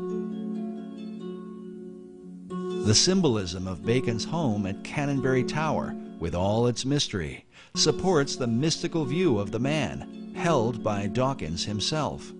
Well, using sort of Eastern terms, I'd say he was a master, but what in India they call a real master. But he was here in Europe, in the UK, or in England at that time. And he was just an extraordinary being. I actually think that he was the one that Paracelsus made the prophecy about, called Elias the Artist, referring to Elijah. And in tradition, Elijah is said to come again and again to prepare people for the coming of the Messiah, or coming of the Christ, which has many different interpretations. And Bacon himself called himself the herald of the New Age, which is the title of Elijah. The question posed by critics of Baconian theology is, what Christ did Bacon come to herald? Was it the Christ of the Bible, or the Christ of Masonry and the ancient mystery religion? In the ancient mysteries, a trinity is also recognized, and is represented by a symbol that is little talked about, but one that some believe stands at the heart of all the Masonic tradition. It is known as the 47th proposition of Euclid, or the Pythagorean theorem. Manly P. Hall illustrates and explains the occult symbolism of this theorem in his book, The Secret Teachings of All Ages. According to Hall, the right triangle represents this trinity. The perpendicular side symbolizes the masculine, or divine father, while the base represents the feminine, or divine mother.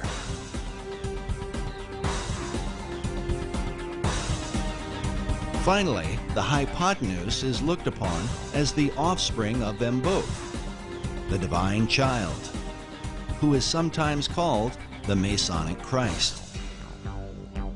Was this what Bacon came to herald?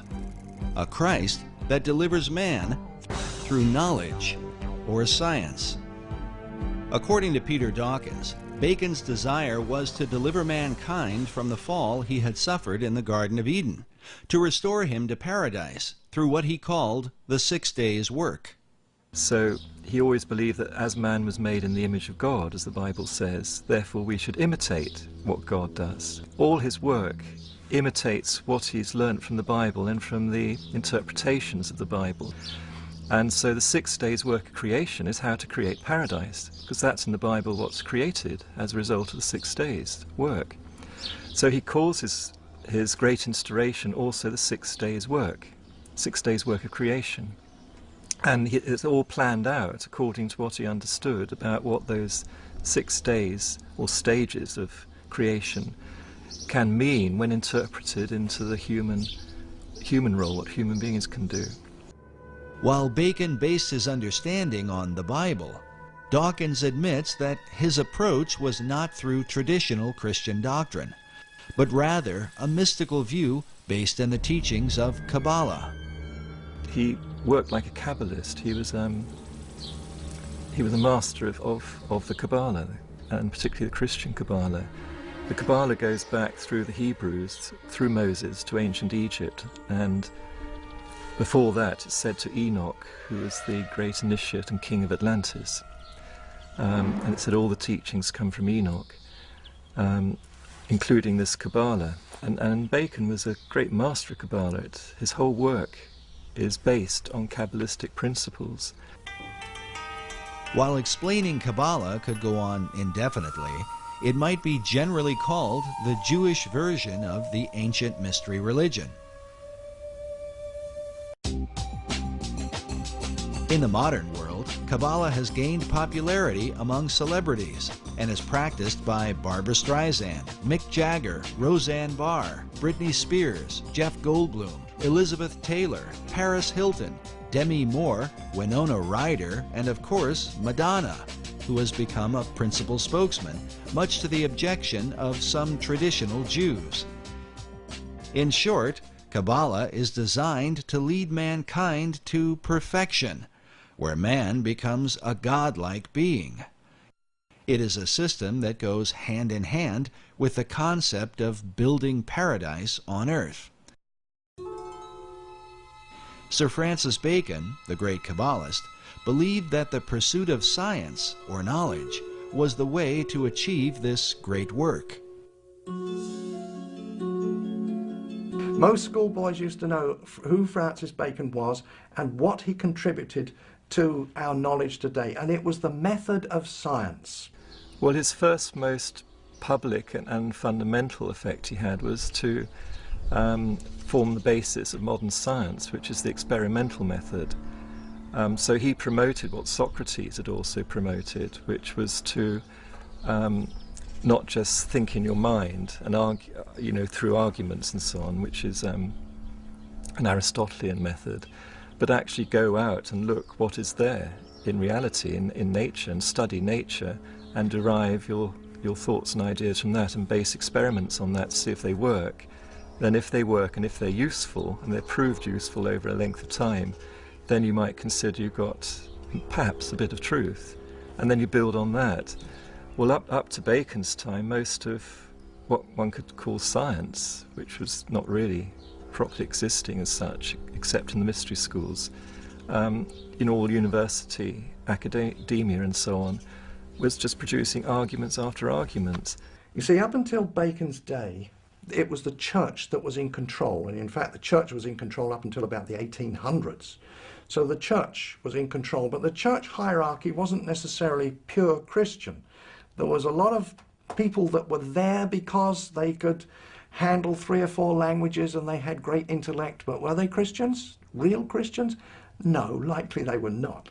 They knew their scripture, of course, but they were operating by the world system, and so the world system corrupted them. This corruption extended to their powers of discernment. While the Bible teaches that men should prove all things, many church academics in the Middle Ages trusted in an unsound method of deductive reasoning, based upon a faulty understanding of the Scriptures. And typically it would go this way. To give an example, they would take from the book of Acts where it says, and the gospel was preached to the whole world. That's one statement. Now the common statement that goes with that is, but the disciples and the apostles never went to the whole world. And therefore you could deduce from those two statements that, well, there were no people on the other side of the world to preach to. You see, well, obviously were, because the explorers found there were people in Australia and Tasmania. Years later they found that. So there were other people on the other side of the world. So you see, they got the wrong deduction using that method of deduction, and that's what Francis Bacon pointed out. He said there's so much nonsense. And so Bacon set out to establish a scientific method, one by which mankind might achieve all knowledge. Through this method, Bacon sought to bring forth a light that would eventually disclose and bring into sight all that is most hidden and secret in the universe. But first, he would have to find a way to overcome the stubborn traditions employed by the academics of his day, who would rather debate than examine. Bacon gives a great example in exasperation. When he was at university, he saw that there were professors and students spent 3 or 4 years debating how many teeth a horse has. Nobody went out to actually count them, you know. They just wasted all that time debating how many teeth a horse has. So he saw that as fruitless, wasn't producing anything good or useful, and humanity just was not evolving, and there's so many people in poverty and sickness. So he wanted to relieve that poverty and sickness, and get us towards a future paradise, a world paradise, not just for the England, but for the world. So he really started the whole principles of modern science, which is this experimental method. And then he had a formula to start with the basics, the physical world, which is physics, physical laws, and then work upwards towards metaphysics and so on. He couldn't talk too openly when it got to metaphysics, because it landed him in trouble with the religions of the time, who were at war with each other. So he had to do that in a more careful way, more veiled way. But right about it he did.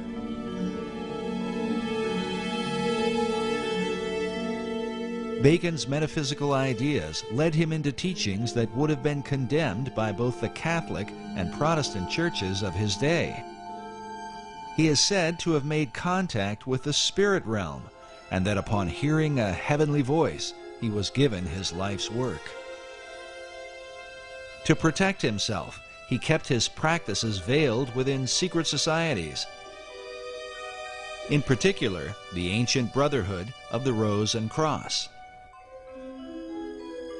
The Rosicrucians had long believed that powers and principalities from the spirit realm possessed secret knowledge that might be used for the benefit of mankind. These and other teachings were to be kept hidden from those considered profane, and especially from the Church. The Rosicrucians had to be a secret society. Their object was to discover God's truths after him. But some of their methodology was bordering on witchcraft. For instance, the transmutation of base metals into gold, they claimed they could do it. I don't think so. They claim that they could communicate with angels and demons. Well, in the first place, the scripture tells you not to do it. But their idea was that if you could do that, surely those people, those creatures at least, the angels and the demons, they know a lot of things that we don't know. After all, they've been around since time immemorial, and they are familiar with heaven itself, so surely they can tell us many secrets. Well, the church, you see, would take a dim view of that, and they could be put to death for that sort of thing. The Rosicrucian Society had been formed in England prior to Bacon's birth, in part for the purpose of protecting Queen Elizabeth I. In the 16th century, the conflict between Roman Catholicism and the Protestant Church of England was at its peak. Mary Tudor, the daughter of King Henry VIII, took the throne and earned the title Bloody Mary. They were looking for another heir, and so there were no boy heirs of, or no legal boy heirs of Henry, but he had daughters. And so we have Mary. And Mary was now 37, she was one of his daughters, and so she was installed as queen, and that was just after he died, so that would be in 58. And she was a Catholic, a dyed-in-the-wool Catholic, and she had actually married Prince Philip II of Spain. Of course, he was a Catholic too. So the first thing that Mary did was to repeal those laws which permitted the Protestants to practice their religion. Repealed them and then forcefully put to death as many Christians that were of the Protestant faith as she could find. Within the confines of the data that we have, she put to death 300, so there was 300 martyrs there that we know about in the short 6-year reign that she had. No one was safe from Mary's wrath against the so-called Protestant heretics, not even her own sister. Elizabeth Tudor was also the daughter of King Henry VIII, with his second wife, Anne Boleyn, whom Henry had married after divorcing Catherine of Aragon, the mother of Queen Mary. When she was installed as queen, she put her sister, Elizabeth I, in jail, because she was suspected of being Protestant, so she went to the Tower of London. While imprisoned in the Tower, Elizabeth formed a friendship with a mysterious member of the court, a mathematician and mystic named Dr. John Dee. He was known in the early Elizabethan days as the real wise man, the magus, and he was into a lot of esoteric study. You know, he was certainly an initiate of the wisdom traditions. Dr. John Dee was one of the foremost geniuses of his day. John Dee was 34 years older than Francis Bacon, and John Dee was a mathematician, lived in London. He was a mathematician and astrologer to Queen Mary, Tudor. That's Bloody Mary. While Dee began in Mary's service, he soon fell out of favor because of his bizarre experiments, and some say his friendship with Elizabeth. In any case, Dee was imprisoned under suspicion of sorcery, an accusation that would follow him throughout his life, and one that seems not unfounded considering his system of magic is still practiced by many occultists to this day. One thing that he is most noted for today among occultists is that he and a fellow named Edward Kelly, who was a medium, did magical invocations related to the Book of Enoch to produce an entire, what today is called the Enochian system of magic.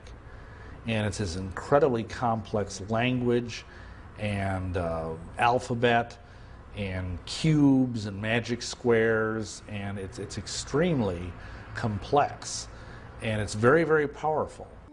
In his quest for knowledge, Dee tapped into the powers of the beyond, hoping to learn secrets from the spirit realm. But that's not to say he wasn't trying to communicate with angels. He did. And they can be contacted and talked with. Roughly it means messengers of God. So that's what Dee was trying to do in his own way. But he obviously was too open about it, so in the end he got persecuted for this. But not everyone saw Dee's dabbling as communicating with angels of God. Dee once wrote that he was looked upon as a companion of hellhounds, a caller and a conjurer of wicked and damned spirits. Yet like Bacon, he practiced much of his craft in secret as an active member of the Rosicrucians in England. Some even credit Dee with founding the modern Rosicrucian movement. As such, communing with angelic beings that provide scientific knowledge was a familiar practice. Now, there was a pretty very brief and shady dividing line between what they called scientific knowledge and what we might call outright witchcraft today. It was the demarcation there was very shadowy. This shadowy line was one that Dee crossed many times. Yet for a while, he flourished under the reign of Queen Elizabeth. During this era, some believe that he was a kind of mentor to Sir Francis Bacon. Well, we know from Dee's diary that Bacon made one visit, at least, to Dr. John Dee's home at Mortlake. And when these visits were recorded, Dee was meaning people had come to talk with Dee and discuss esoteric matters with him and to use his library and so on like that. So we know that that's a historical record we have. Otherwise, it's circumstantial evidence. Bacon clearly knew Dr. John Dee because he was an important person in Queen Elizabeth's court, and Francis Bacon was a courtier. Perhaps the reason for the lack of records in Bacon's relationship with John Dee is that their work was done behind the veil of secret societies. There's always been these secret societies trying to promote learning and raise the level of people's thought and culture to a kinder level and higher level. But mostly they've worked in secret because the church, most of the different churches have been so, well, not very kind.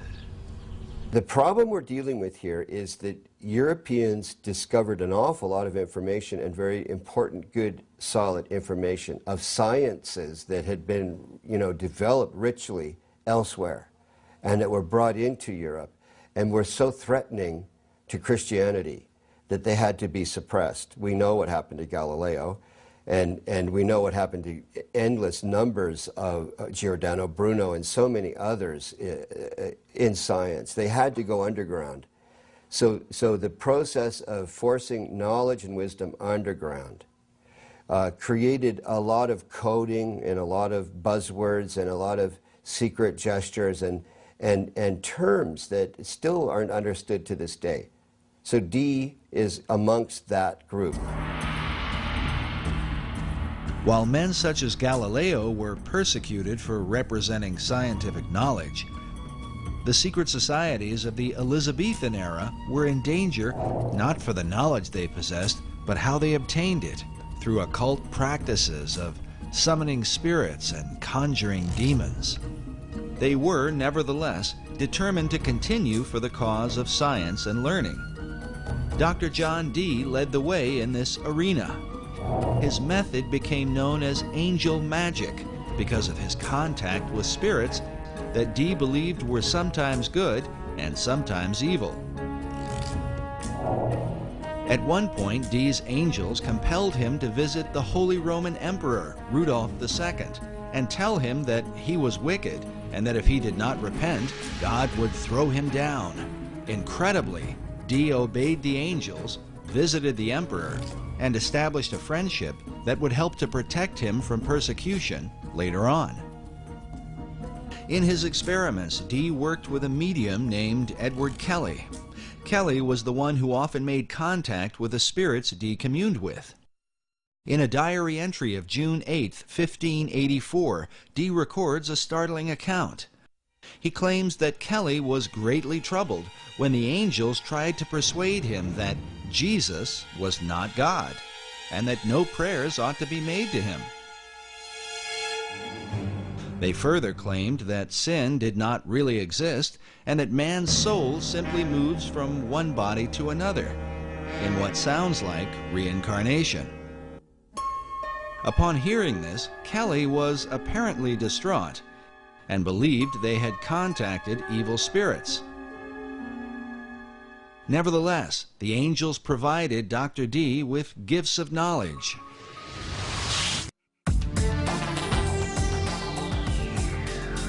Dee was the first to apply Euclidean geometry to navigation. He built the instruments for and trained the first great navigators. He is credited with coining the word Britannia, or Britain, and his influence laid the foundation for what would become the British Empire. He made his own maps and is said to have charted the northeast and northwest passages in his attempts to increase the wealth of England by gaining access to the New World. And believe it or not, the New World has been secretly influenced by his example. John Dee is considered the original wizard. He was the inspiration for the character of Prospero in Shakespeare's The Tempest, and for Christopher Marlowe's Dr. Faustus.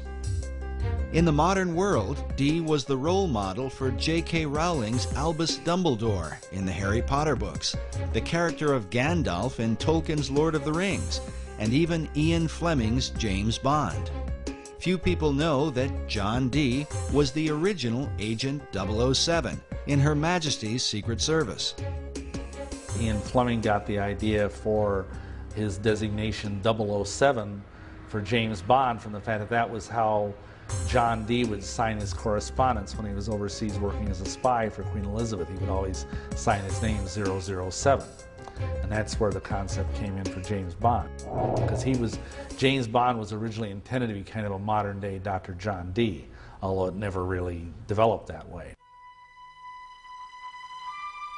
While Dee's character continues to intrigue, some would argue that compelling the imaginations of literary minds was not his greatest influence.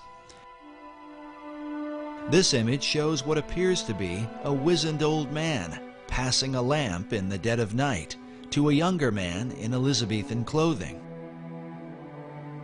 Baconians believe this old world engraving represents Dr. John Dee passing the lamp of esoteric knowledge and wisdom to his successor, Francis Bacon. Both Bacon and Dee were men of science, dedicated to the advancement of learning. Both men were members of the Rosicrucian Society, of which Bacon would become the chief. Like Bacon, John Dee believed that America was indeed the lost continent of Atlantis. But where did he get this idea? Was it given to him by his angels?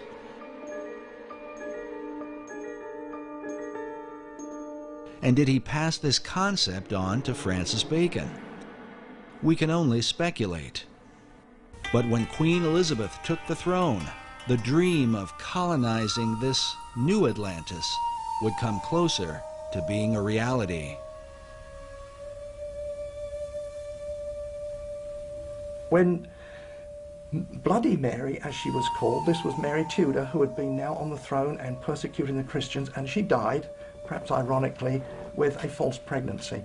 And so when she died in 1558, then after that, Elizabeth I came in as queen. And so there were questions of what day should be chosen for Elizabeth's coronation. The coronation of a new ruler was an important event, the timing of which, it was believed, could determine the success or failure of a monarch's reign. To ensure her good fortune, Elizabeth called upon her old friend, Dr. John Dee. He was the Queen's astrologer too. He computed the date for her to be crowned. Astrology in those days didn't mean necessarily what we understand it to mean today. There were some odd things about it, but there was a study of the stars, that we would call today astronomy. So they had to know about the movements of the stars and the planets, and they were pretty knowledgeable about that. So it was a strange mixture of astrology and astronomy. So that's what he was doing.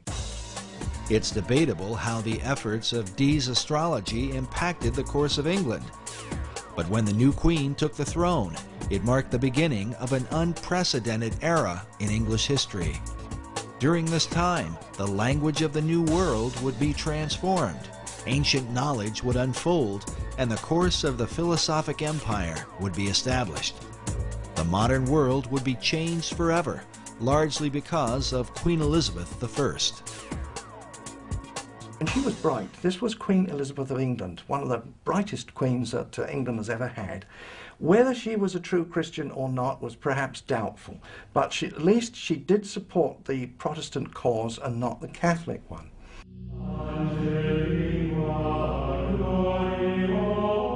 The Queen's Protestant faith made her immediate enemies in Rome.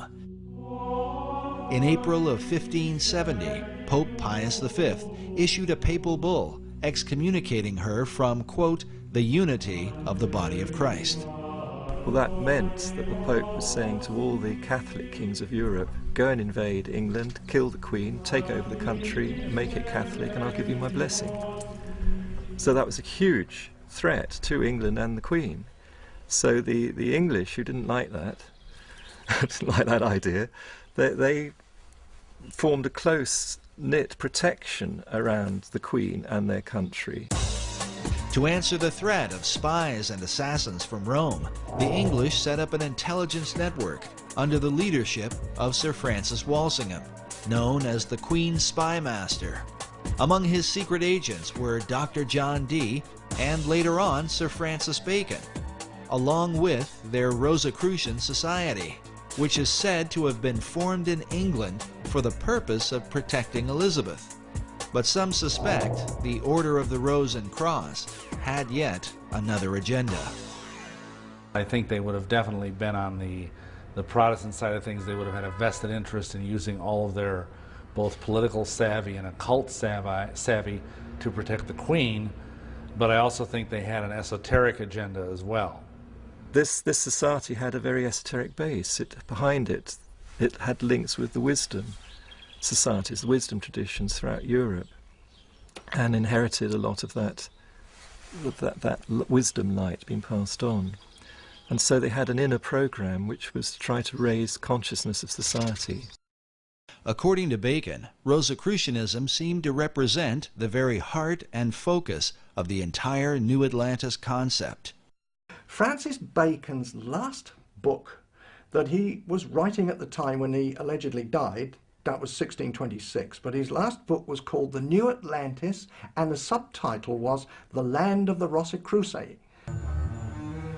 Why the Land of the Rosicrucians, or Rosicrucians? Why did Bacon deem their influence to be so important? Rosicrucianism gets its name from the symbols, the main symbols used, and that's the rose and the cross. But these are very ancient symbols. They go back long way in time, and being used by different societies for thousands of years. In the hands of different societies, the symbol has been interpreted in a variety of ways. There is the decipherment of the rose that received much attention in Dan Brown's Da Vinci Code. The rose is a symbol of secrecy, and the term in Latin that characterized the relationship of the rose to secrecy was sub rosa, meaning under the rose. So secret orders world round, when they swear to secrecy, swear sub rosa. The secrecy of the rose represents the hidden knowledge of the ancient mystery religion, while the cross symbolizes Christianity. The combining of these two is what defines the belief of nearly all the secret orders. The symbology there is the infusion of all this Eastern Persian spirituality into Christianity. Was this fusion of beliefs a part of Bacon's plan? And what sort of impact could it have? The Reformers argued that the mixture of paganism and Christianity is what produced the Dark Ages. Would Bacon's program of the Rose and Cross be a blessing or a curse? And how would this whole thing be carried out?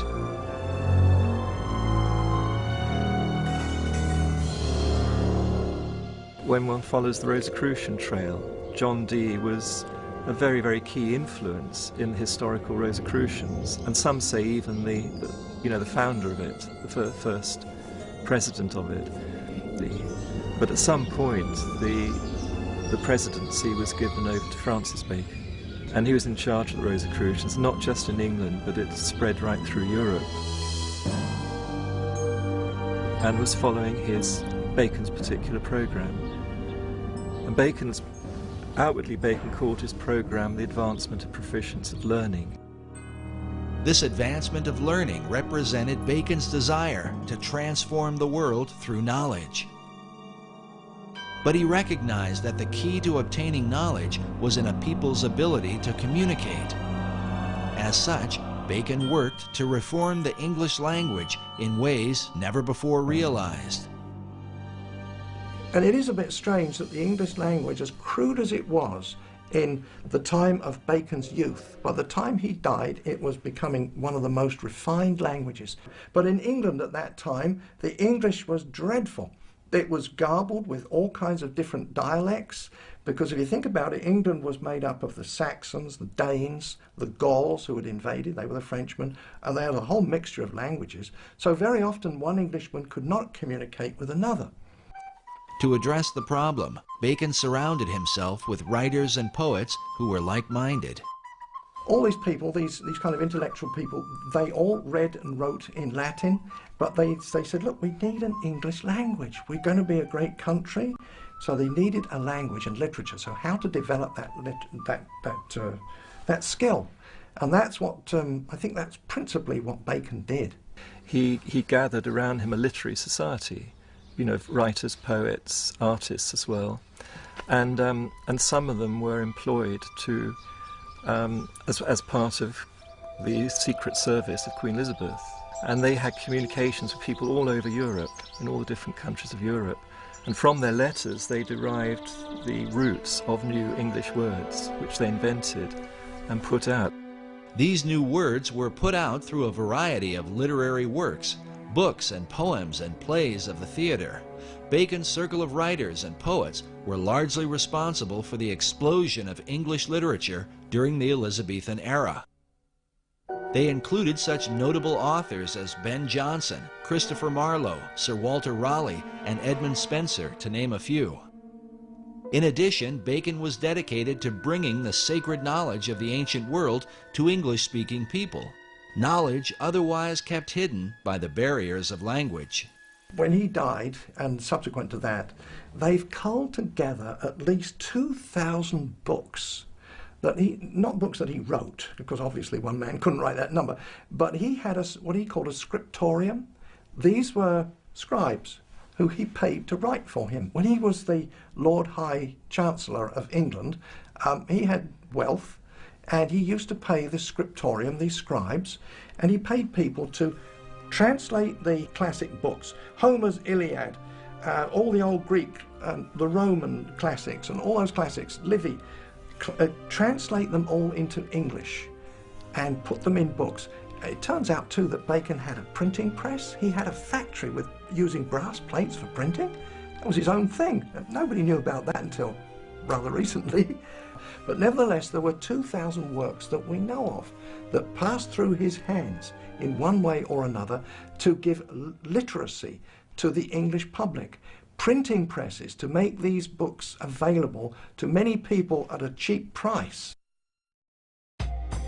But Bacon's purpose and that of his literary society was to prepare the people of the Old World to colonize the land of the New.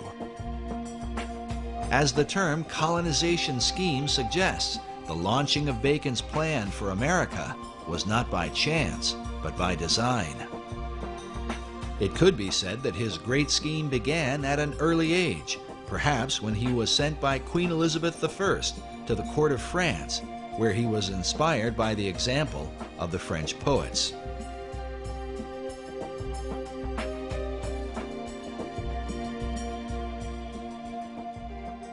Another major influence, he obviously was inspired in France by the French Pleiades, the group of French poets who were deliberately trying to make the French language into a really good language, particularly for poetry and writings and so on of that sort. And Bacon spent several years at the French court, came back very inspired and wanted to do the same thing for the English language.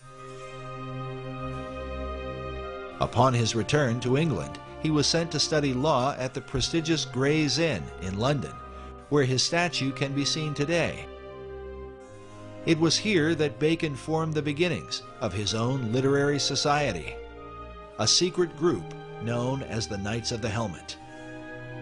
The Knights of the Helmet it's actually the name of a masque he wrote, or it's thought he must have written, because masques were put together by a lot of people for the royal court or for the Inns of Court, which was where the lawyers were.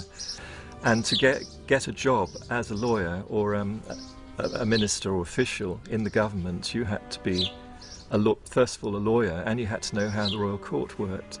So every year they had to put on huge celebrations imitating the royal court, and part of that celebration was masks. And many people were involved in creating these entertainments with their masks. Francis Bacon just one of them, but he became a key one, and he wrote quite a lot of the mask material, which one can identify. You know, once you get to know Bacon and his writings, you can identify what was done. And he's acclaimed by the lawyers as being the great one who inspired them and led them and wrote for them, you know. But the Knights of the Helmets was the name of one of the masks at a key moment when the whole Shakespeare authorship, the name the Shakespeare was being used for the first time. The Knights of the Helmet took as their inspiration the Greek goddess Pallas Athena, who carried a spear and who wore a great helmet, a symbol of secrecy. According to tradition, one that wears the helmet of Athena becomes invisible. And they had to swear allegiance to it. And not only that, Athena, the goddess Athena, carried a spear that she shook in the eyes of ignorance. And she was one of the greatest goddesses among the Greeks, ruling through intellect and man's wisdom.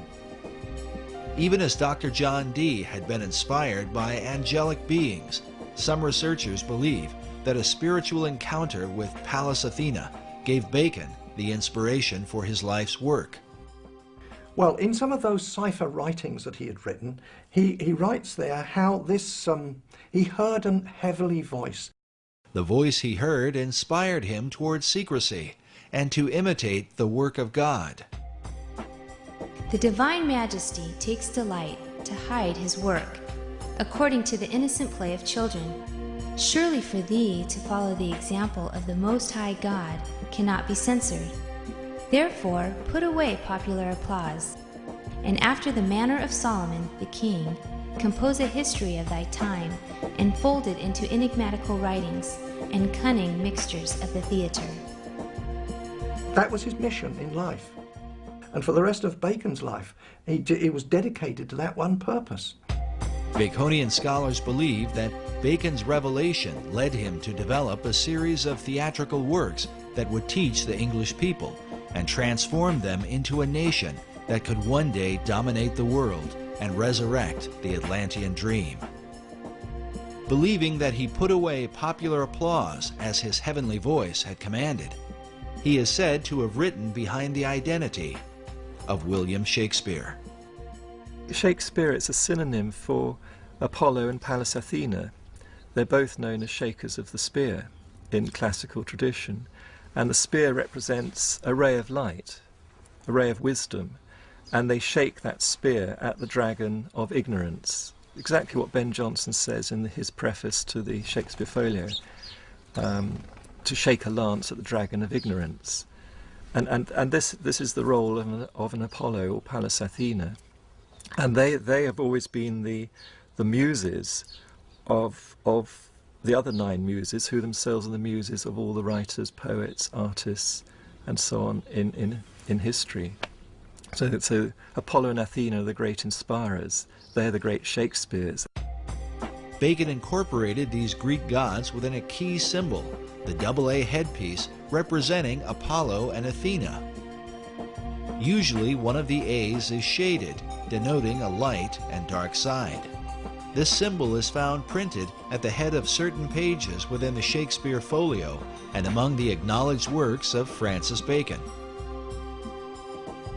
Of the two polarities, Apollo and Athena, it was Athena that seemed to dominate Bacon's imagination.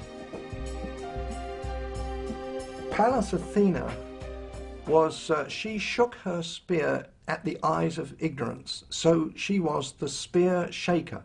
Now, she's always been known as the spear shaker. That was long before the time of Bacon. Back to the Greeks, the spear shaker. So he took that name, spear shaker, and just turned it around to make it Shakespeare, and it used to be written with a hyphen, and then it became one word, Shakespeare, as the name of the playwright for those Shakespearean plays. But what of the real William Shakespeare, the Stratford man whose name has been revered for nearly 500 years? His writings have been attributed to a number of other authors, including the playwright Christopher Marlowe, Edward de Vere, the 17th Earl of Oxford, and even Queen Elizabeth herself. But Sir Francis Bacon seems to lead the pack of would-be bards, with well over 200 books, essays, and pamphlets on the subject, many of which insist he is the real and true Shakespeare. Meanwhile, Baconian scholars argue that the Stratford man simply lacked the experience and education to have written the works that bear his name. There is a mystery, because when you look at the plays, everything that's in them and what lies behind them in terms of experience, knowledge, and so on like that's expressed through the plays, and the philosophy in the plays, and so on like that, they do not match up with what we know of the life of the actor. In fact, the life of the actor is quite well known. There's quite a lot of research been done on William Shakespeare Stratford, so a lot is known about his life, and none of it matches up what you can deduce from the author from the plays themselves. In fact, the more we find out about the life of the actor, the worse it gets. Here you have a guy who is barely literate enough to make a mark, much less write his name. His mark was only existent in 5 documents. There's not a single letter either from him or to him by any of his contemporaries. How can this guy have written the greatest literary works in the history of the world? It just didn't happen. Whoever's the author certainly knew about certain things happening abroad in the royal courts, in France, in Italy, and in Spain. Not only taught the workings of the court, but the intrigues as well, and who would know that? Certainly not a play actor like the William Shakespeare. There's no way that man could have known the intrigues that went on inside the court. But Francis Bacon did. He was well familiar with it. He was brought up in the court. You can't just say, oh, genius did it all. It's impossible for genius alone to do that. You've got to have all that background experience, knowledge, and so on, to get something like the Shakespeare plays.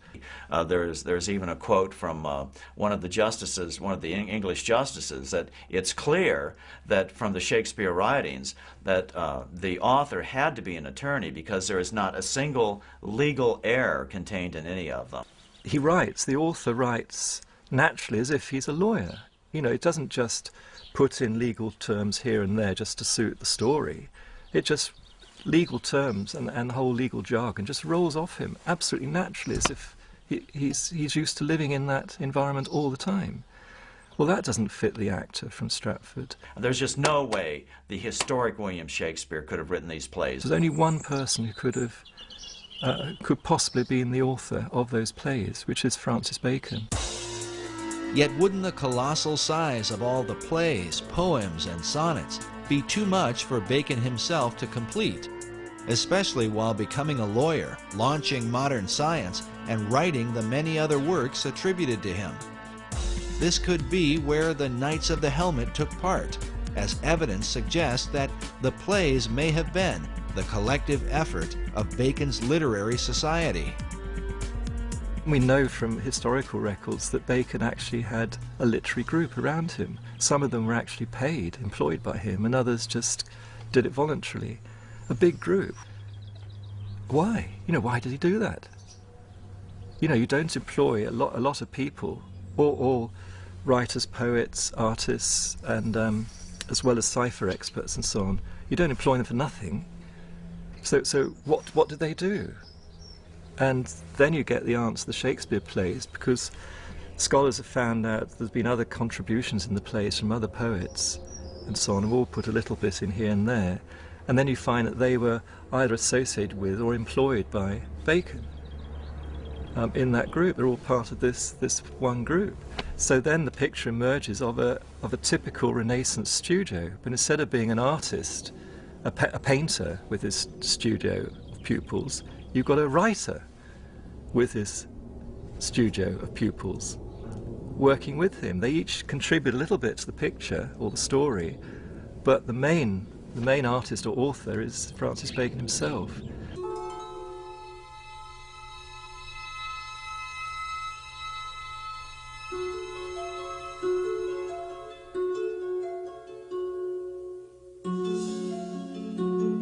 But in the town of Stratford-upon-Avon, people come from all over the world to view the birthplace of the man considered to be the greatest literary mind of all time. In Stratford, they hold a strong view against the suggestion that Shakespeare was anyone but himself. It's a conspiracy theory, and it's all aimed at toppling the greatest writer who's ever lived. There is a Shakespearean trust in England, and these are people who are dedicated to the cause of supporting and maintaining that William Shakespeare, the actor, was the actual playwright. I think it's highly unlikely. Dr. Paul Edmondson is the head of education at the Shakespeare Birthplace Trust in Stratford-upon-Avon. In this debate, he is known as a Stratfordian, not just because of where he lives, but because of his traditional view of Shakespeare. The Stratfordians are considered the academic adversaries of Baconians. We asked Dr. Edmondson to comment on the Bacon-Shakespeare theory. It first occurred in 1785. A vicar just outside Stratford got to the age of 80, and then there's some report of him burning the papers that he'd been working on, as if in his later years he just kind of renounced any theory that he had about Bacon. It was taken up in 1856 by, what a surprise, Delia Bacon, no descendant, but she wanted to prove that Bacon wrote the plays. She even went as far as having herself locked in Holy Trinity Church to dig up the grave of Shakespeare, convinced that some manuscripts would have been inside the grave saying, "I did not write the plays, it was Bacon instead." And she didn't get as far as digging up the corpse of Shakespeare, and later she went mad after the publication of her book. But her book was groundbreaking. She had good support from Nathaniel Hawthorne, Mark Twain. She knew literary figures in the States. Mark Twain was certainly convinced that the historic William Shakespeare did not write the Shakespeare plays, and this is a guy. How can you deny his conclusions? He had the money to investigate it. He had the time to investigate it. He's not known as a crackpot in any other venue. In 1909, Twain took up the Bacon-Shakespeare controversy with his own book titled Is Shakespeare Dead?, in which he questions the reputation of the Stratford actor in his lifetime. He's saying that in Shakespeare's own life, no one regarded him as being important or famous or a brilliant playwright or anything like that. It was only 2 or 3 generations after his death that suddenly the historic William Shakespeare became a big deal. So however, the plays enjoyed immediate success and immediate prominence. So how do you explain that? That's simply not true. There's all sorts of evidence that he died and that he was remembered after his death. First of all, there's the very significant memorial bust in Holy Trinity Church, which not only is an early likeness of Shakespeare to give us a sense of what the man actually looked like, but it also mentions him as a great writer. On the inscription of the monument, "See living art," but paid to serve his wit. I'm paraphrasing there, but it mentions living art and looking at the page rather than the monument, which is an echo of, or prefigures possibly, the commendatory verse of Ben Jonson, Shakespeare's friend and contemporary playwright, at the front of the first folio. The first folio is the first time Shakespeare's works are gathered together after his death by his friends. That's crucial. What is equally crucial is that the 2 tributes mentioned by Dr. Edmondson did not come about until years after Shakespeare's death. Other great writers of the time, like poet Ben Jonson, were given more immediate recognition within months of their passing. Just as importantly, the great folio assembled by Shakespeare's friends 7 years after his death contains what many believe to be some important clues. 19th century author W.F.C. Wigston referred to William Shakespeare as Phantom Captain Shakespeare, the Rosicrucian Mask. This may have been partly due to the world-famous Droeshout portrait that appears on the front of the original Great Folio of 1623. Note the presence of a line extending from the jawline of Shakespeare to the bottom of his left ear, as if to suggest the face were simply a mask. If this seems far-fetched, consider the dedication which appears beside it, written by poet Ben Jonson, a friend of both Shakespeare and Sir Francis Bacon. With a rather mysterious twist, Johnson concludes with the words, "Reader, look not on his picture, but his book." Why would Ben Jonson point the reader away from the face of Shakespeare and compel men to look upon the book instead? A dedication that seems to parallel the monument at Holy Trinity Church. On the inscription of the monument, "See living art, but paid to serve his wit." I'm paraphrasing there, but it mentions living art and looking at the page rather than the monument. Are these allusions made by the men who knew the real William Shakespeare, that he was simply a mask or front man for Francis Bacon? Bacon paid him off to go and keep his mouth shut. The monument at Holy Trinity Church refers to the page that serves Shakespeare's wit. But when one looks upon the page beneath his hand, it turns out to be blank. Some Baconians believe this is a secret code, alerting the reader that the Stratford man himself wrote nothing. The empty page is said to match the empty expression on the face of Shakespeare, who Baconians argue could barely write his name. It's actually a big embarrassment to, you could say, the academic fraternity that believed the actor wrote the plays. The question of Shakespeare's literacy is often mentioned because of the few known signatures he left behind. As one writer puts it, the scrawling, uncertain method of their execution stamps Shakespeare as unfamiliar with the use of a pen. Perhaps a modern equivalent of this is to say, you know, how good is your signature on your credit card? How good is your signature when you sign your name in a shop or on a bank transaction or whatever? There are several signatures which survive of Shakespeare. How good would you like them to be? While Baconians argue that Shakespeare lacked experience, Edmondson points out that, as the son of a glove maker, he was uniquely qualified. There's lots of references to different kinds of leather. For example, Feste's line in Act 3, Scene 1 of Twelfth Night about someone's wit being like a cheverel glove.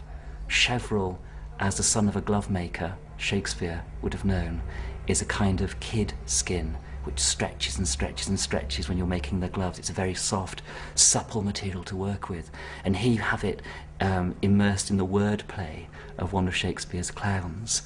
Francis Bacon knew nothing about different kinds of leather, I would suggest. Actually, you could turn this whole thing on its head and say that Shakespeare wrote Bacon, which is something that a lot of people don't suggest, because why bother to do it that way around? One of the problems is the Shakespearean trust is that while these objections come up to William Shakespeare being the author of the plays, they refuse to investigate the contrary evidence which has been put forward to them. They refuse to look into it. They refuse to look into the cipher codes that Bacon incorporated in the first folios, for instance. Bacon uses this cipher in the Shakespeare work and his own, and in the work under his own name, but he also, in doing that, signs his name and the name of the Rosicrucian fraternity. This code system of writing he used all his entire life. The examination of the cipher codes in Shakespeare's plays have filled hundreds of books and essays over the last few centuries. But perhaps the most specific evidence are the presence of Baconian and Rosicrucian emblems in the Great Folio of 1623 and in earlier works by Shakespeare. Bacon's light A and dark A symbol appears, representing the two Shakespeares, Apollo and Athena. Meanwhile, this Rosicrucian emblem, featuring the god Pan, is found prominently throughout the work. Other mystical headpieces with Rosicrucian symbolism are found both in the Shakespeare Folio of 1623 and in works openly published by Sir Francis Bacon. The varied symbols and ciphers clearly mark the presence of Bacon and his Rosicrucian fraternity, while to what extent they were involved in the writing of the plays remains a matter of debate. But perhaps the most compelling evidence is that the works of Shakespeare helped to accomplish exactly what Bacon and his Knights of the Helmet set out to achieve. While the numbers vary, the plays are said to have developed some 20,000 words for the English language, with some words being created, older words being revived, and current words being used in new ways. Could the actor from Stratford, with a limited education, have accomplished this coincidentally? The Shakespeare controversy was illustrated quite clearly by Masonic author Manly P. Hall in his book, The Secret Teachings of All Ages, where he reveals the veiled purpose behind the writing of the plays. He says, Sir Francis Bacon, the Rosicrucian initiate, wrote into the Shakespearean plays the secret teachings of the fraternity of the Rose and Cross, and the true rituals of the Masonic order. The Bacon-Shakespeare controversy involves the most profound aspects of science, religion, and ethics. He who solves its mystery may yet find therein the key to the supposedly lost wisdom of antiquity. The lost wisdom that Hall refers to is said to have begun in ancient Atlantis.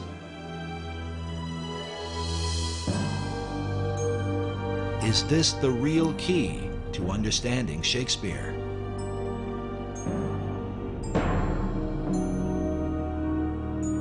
Incredibly, it may be said that the plays themselves represent the whole confusion of America's foundation.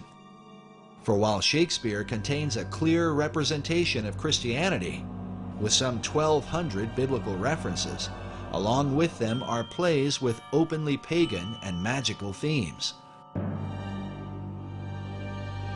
Like the symbol of the Rose and Cross, the plays combine the teachings of Christianity with the wisdom of the mystery religion.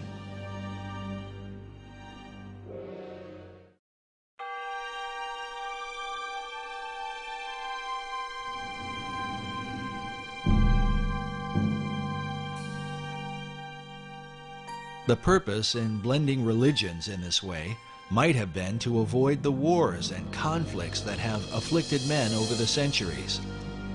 Bacon, who saw religious persecution in his own day, may have inherited this view from an earlier Masonic influence, the Knights Templar.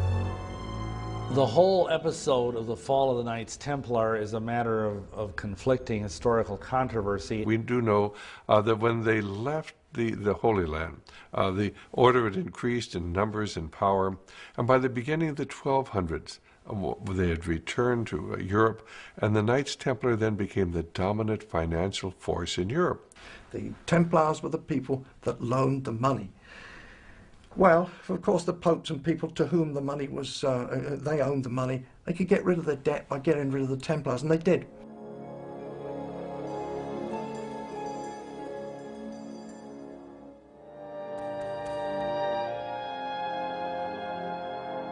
But in addition to the issue of debt, the Templars were accused for embracing certain religious doctrines they had picked up during their time in the Holy Land. It is said they began to combine the teachings of Christianity with the influence of Islam and Judaism, as well as spin-off cults known as the Yazidi and the Hashashin. What people did not understand is they had adopted the teachings of the ancient esoteric religions. And they were decreed by the Pope in 1308 in Europe and 1309 in England that the Templars should be disbanded, if not hunted down and killed. Many Templars were tortured under the Inquisition and even burned at the stake for heresy. But some of them escaped. And a lot of them, I think, went underground, because by no means did the dragnet, if you will, capture all of them. A lot of them fled to Scotland. They had to go into hiding. And one of the places they found to hide was the Masonic Lodge. There's no question but that the Knights Templar are the real fulcrum of the latter development of Freemasonry. And that's not saying that Freemasonry did not pre-exist the Knights Templar. It did, as the builders, as guilds of builders throughout Europe. It is from the influence of the Knights Templar that many believe Masonry began to develop its modern philosophy. A philosophy literally carved in stone, and found in one of the most intriguing monuments of the Western world. Just outside of Edinburgh, Scotland, is the Rosslyn Chapel, a place that may well provide a door to understanding Masonry, the Knights Templar, and the ancient plan for America. It very conclusively demonstrates a profound relationship between Scotland and the Templars and the Freemasons, which is not really any big revelation. But of course, the whole idea is that the three things go together. The chapel was built in the 15th century by William Sinclair. The tomb of his ancestor of the same name, and who died a century earlier, is found within. His name, as it appears, William Sinclair, Knight Templar, is believed to be a link between the Templars and the Scottish Masons who built this mysterious chapel. The chapel the foundation stone was laid in 1446, and it was finished about 1492. So it took 50 odd years to build. And the interesting fact is that William Sinclair, the builder, was 50 when the job started, and he died when it stopped. So this man was uniquely old, because in medieval times you wouldn't expect to live perhaps more than 35 years or so.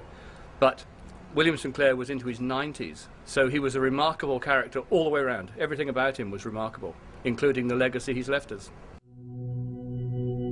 The legacy of Rosslyn Chapel seems to be the very essence of the Templar belief and that of secret societies everywhere.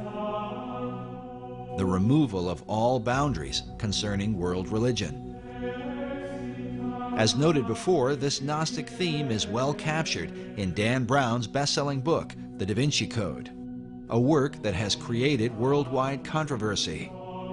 During our visit to Rosslyn Chapel, we encountered Erwin Lutzer, author of the book, The Da Vinci Deception. Of course, as we know, Rosslyn Chapel has become famous because of the Da Vinci Code. And you have people coming from all over the world staring at its ceilings, trying to crack its codes. As we walk through it, it's very probable that the Masons who built it had a field day. They decided that they were going to combine all kinds of mythological elements along with the Bible. So you have Masonic elements in the chapel, you have some pagan elements, you have Christian elements, and they're all thrown together. Rosslyn Chapel is probably one of the most extraordinary buildings in the world. It is like a Disneyland of Masonry and Rosicrucianism. I think the chapel is an enigma. It satisfies the needs of a great number of people who come to Rosslyn for a whole raft of reasons. If you're a Knight Templar or a Freemason, if you are an American looking for some links with the New World before it was discovered, if you're a Sinclair, if you're religious or an art historian or an architectural historian, an esoteric, Rosslyn has got something for you. If you're a paganist, we have over 110 green men. Most churches will have 1 or 2 green men, but we have over 100 of them. The green man is a representation of an ancient fertility god, just one of the many pagan icons in the chapel. And so Rosslyn, not only does it offer a great many things to different people, but it also offers a mystery. The mystery, he explains, is that Rosslyn Chapel, while designed as a Christian church, is filled with so many religious symbols, a person is confused about what they are compelled to worship. It's like having a VCR. You know pretty much what it's meant to do, but you can't actually make it work properly. No one can follow the instructions. And the chapel is like that. We know it's a church. That's fair enough. But it has so many other little stories connected with it and mysteries, and the carvings are not particularly clear, and they can be interpreted one way or another. And so for everything you see in the chapel, there's probably 3 answers. And that, I think, is its great appeal. Centuries after its construction, researchers continue to question the overarching message of the chapel. What was the intent of its design? It may have had a point for the Masons who made it, in the sense that there were various messages that were conveyed. Essentially, Masonry's doctrine, foundationally, and they will even say this publicly, is universalism. which is the idea that basically all religions are the same. It doesn't matter what religion you are, as long as you're sincere and devout in your beliefs, and that all men, they say, may gather at the hospitable altars of Masonry no matter what their religious belief. So, in that sense, they're very much part of pushing toward a one-world religion, and to view biblical Christianity as basically the enemy. Because biblical Christianity makes unique claims about itself that none of these other groups, the Rosicrucians, the Masons, any of these groups, will acknowledge. Some of us are convinced it's important that Christianity be held distinct from some of the elements that are found here in Roslyn Chapel. After all, the message of Jesus Christ is very, very unique. But throughout history, you've always found those who want to blend together various ideas, various organizations, and various religions. And here at the Roslyn Chapel, people can come and they can practically see anything that they want. But within the monument is evidence, not only of what the Templars and Masons came to believe, but perhaps a reflection of things to come. The promise of a land where one day their ancient hope might be fulfilled. For inside Roslyn Chapel, along with the haunting imagery, is evidence of the New World prior to the discovery of Columbus. Well, there is this window which is decorated. The window frame is decorated with Indian corn or maize, and the chapel was built in the 15th century. So it is strange that Indian corn, which wasn't ever grown here, is used as a motif. The chapel was finished around 1492, the same year Columbus is thought to have come to America. This would mean the carvings would have been completed beforehand. But how did the Masons who built this chapel have knowledge of Indian corn, a crop not grown in Europe and indigenous to the New World? Who knows? There are lots of mysteries about this chapel. Another mystery is the presence of Aloe cactus plants, also indigenous to America, and like the Indian corn, carved along the arches of the chapel. But even with these, academics have been skeptical. Yet a third carving, a trefoil plant, or type of clover, is said by Roslyn Chapel director Stuart Beattie to have convinced one skeptic in particular. The trefoil plant is quite interesting. Roslyn Chapel does have carvings of plants that we believe came from the New World before Columbus discovered America. We've had these plants investigated, and a botanist from the university had a good look at them, and he wasn't particularly convinced, as academics need to be. He wasn't 100% sure that these plants were in fact Aloe cactus and sweet corn. And I think his logic was that the people who went to the New World and recorded these images on parchment brought those images back. They would have been translated to wood and then subsequently translated to stone. And it's that process which removes them from the original 2 or 3 times, which means that there are discrepancies that can build in. And so, being an academic, he was uncomfortable with these images. And when looking around the chapel, he suddenly, his eyes lit up, and he came and got me, and he said, whilst I was fairly unsure about the sweet corn and Aloe cactus as being honestly genuine, I have found a trefoil plant on what would have been the outside of the chapel at the time, but is now the baptistry, that would only have been found in the New World. Therefore, I am much more comfortable to say that the other plants are also honest and true.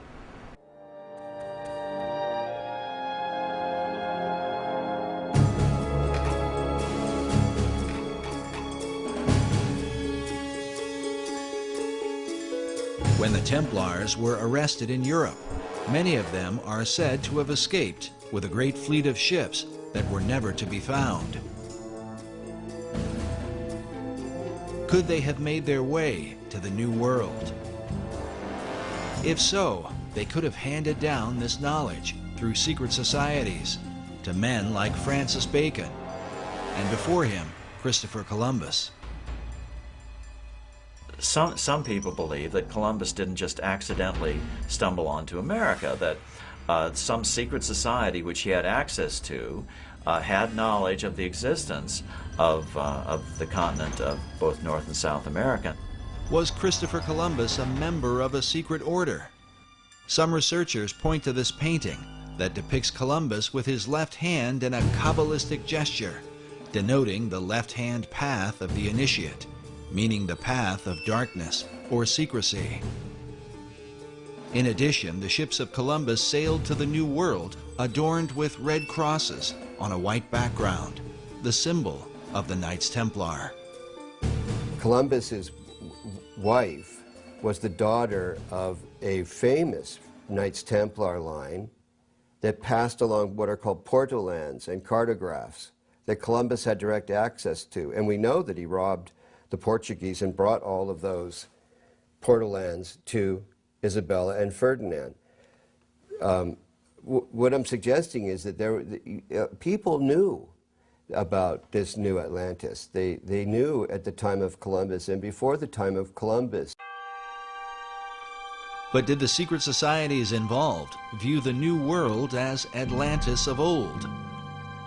And if so, from where did they develop this idea? Was it only from Plato's account? Or from a belief more deeply rooted in America's secret history? In his groundbreaking book, America BC, Harvard professor Barry Fell reveals the presence of ancient Europeans in New England and the American Midwest as far back as 800 BC. The author uncovers evidence of ancient Celts and Druids, with travelers from Spain, Libya, Carthage, Rome, and Egypt, all of whom came to the New World centuries prior to its so-called discovery by Columbus. His research exposes that the all-seeing eye was present in places like Vermont and New Hampshire long before the new order of the ages was declared. Does this stand as proof that America was indeed known by the ancients, and that its destiny has been the plan of secret societies from long ago?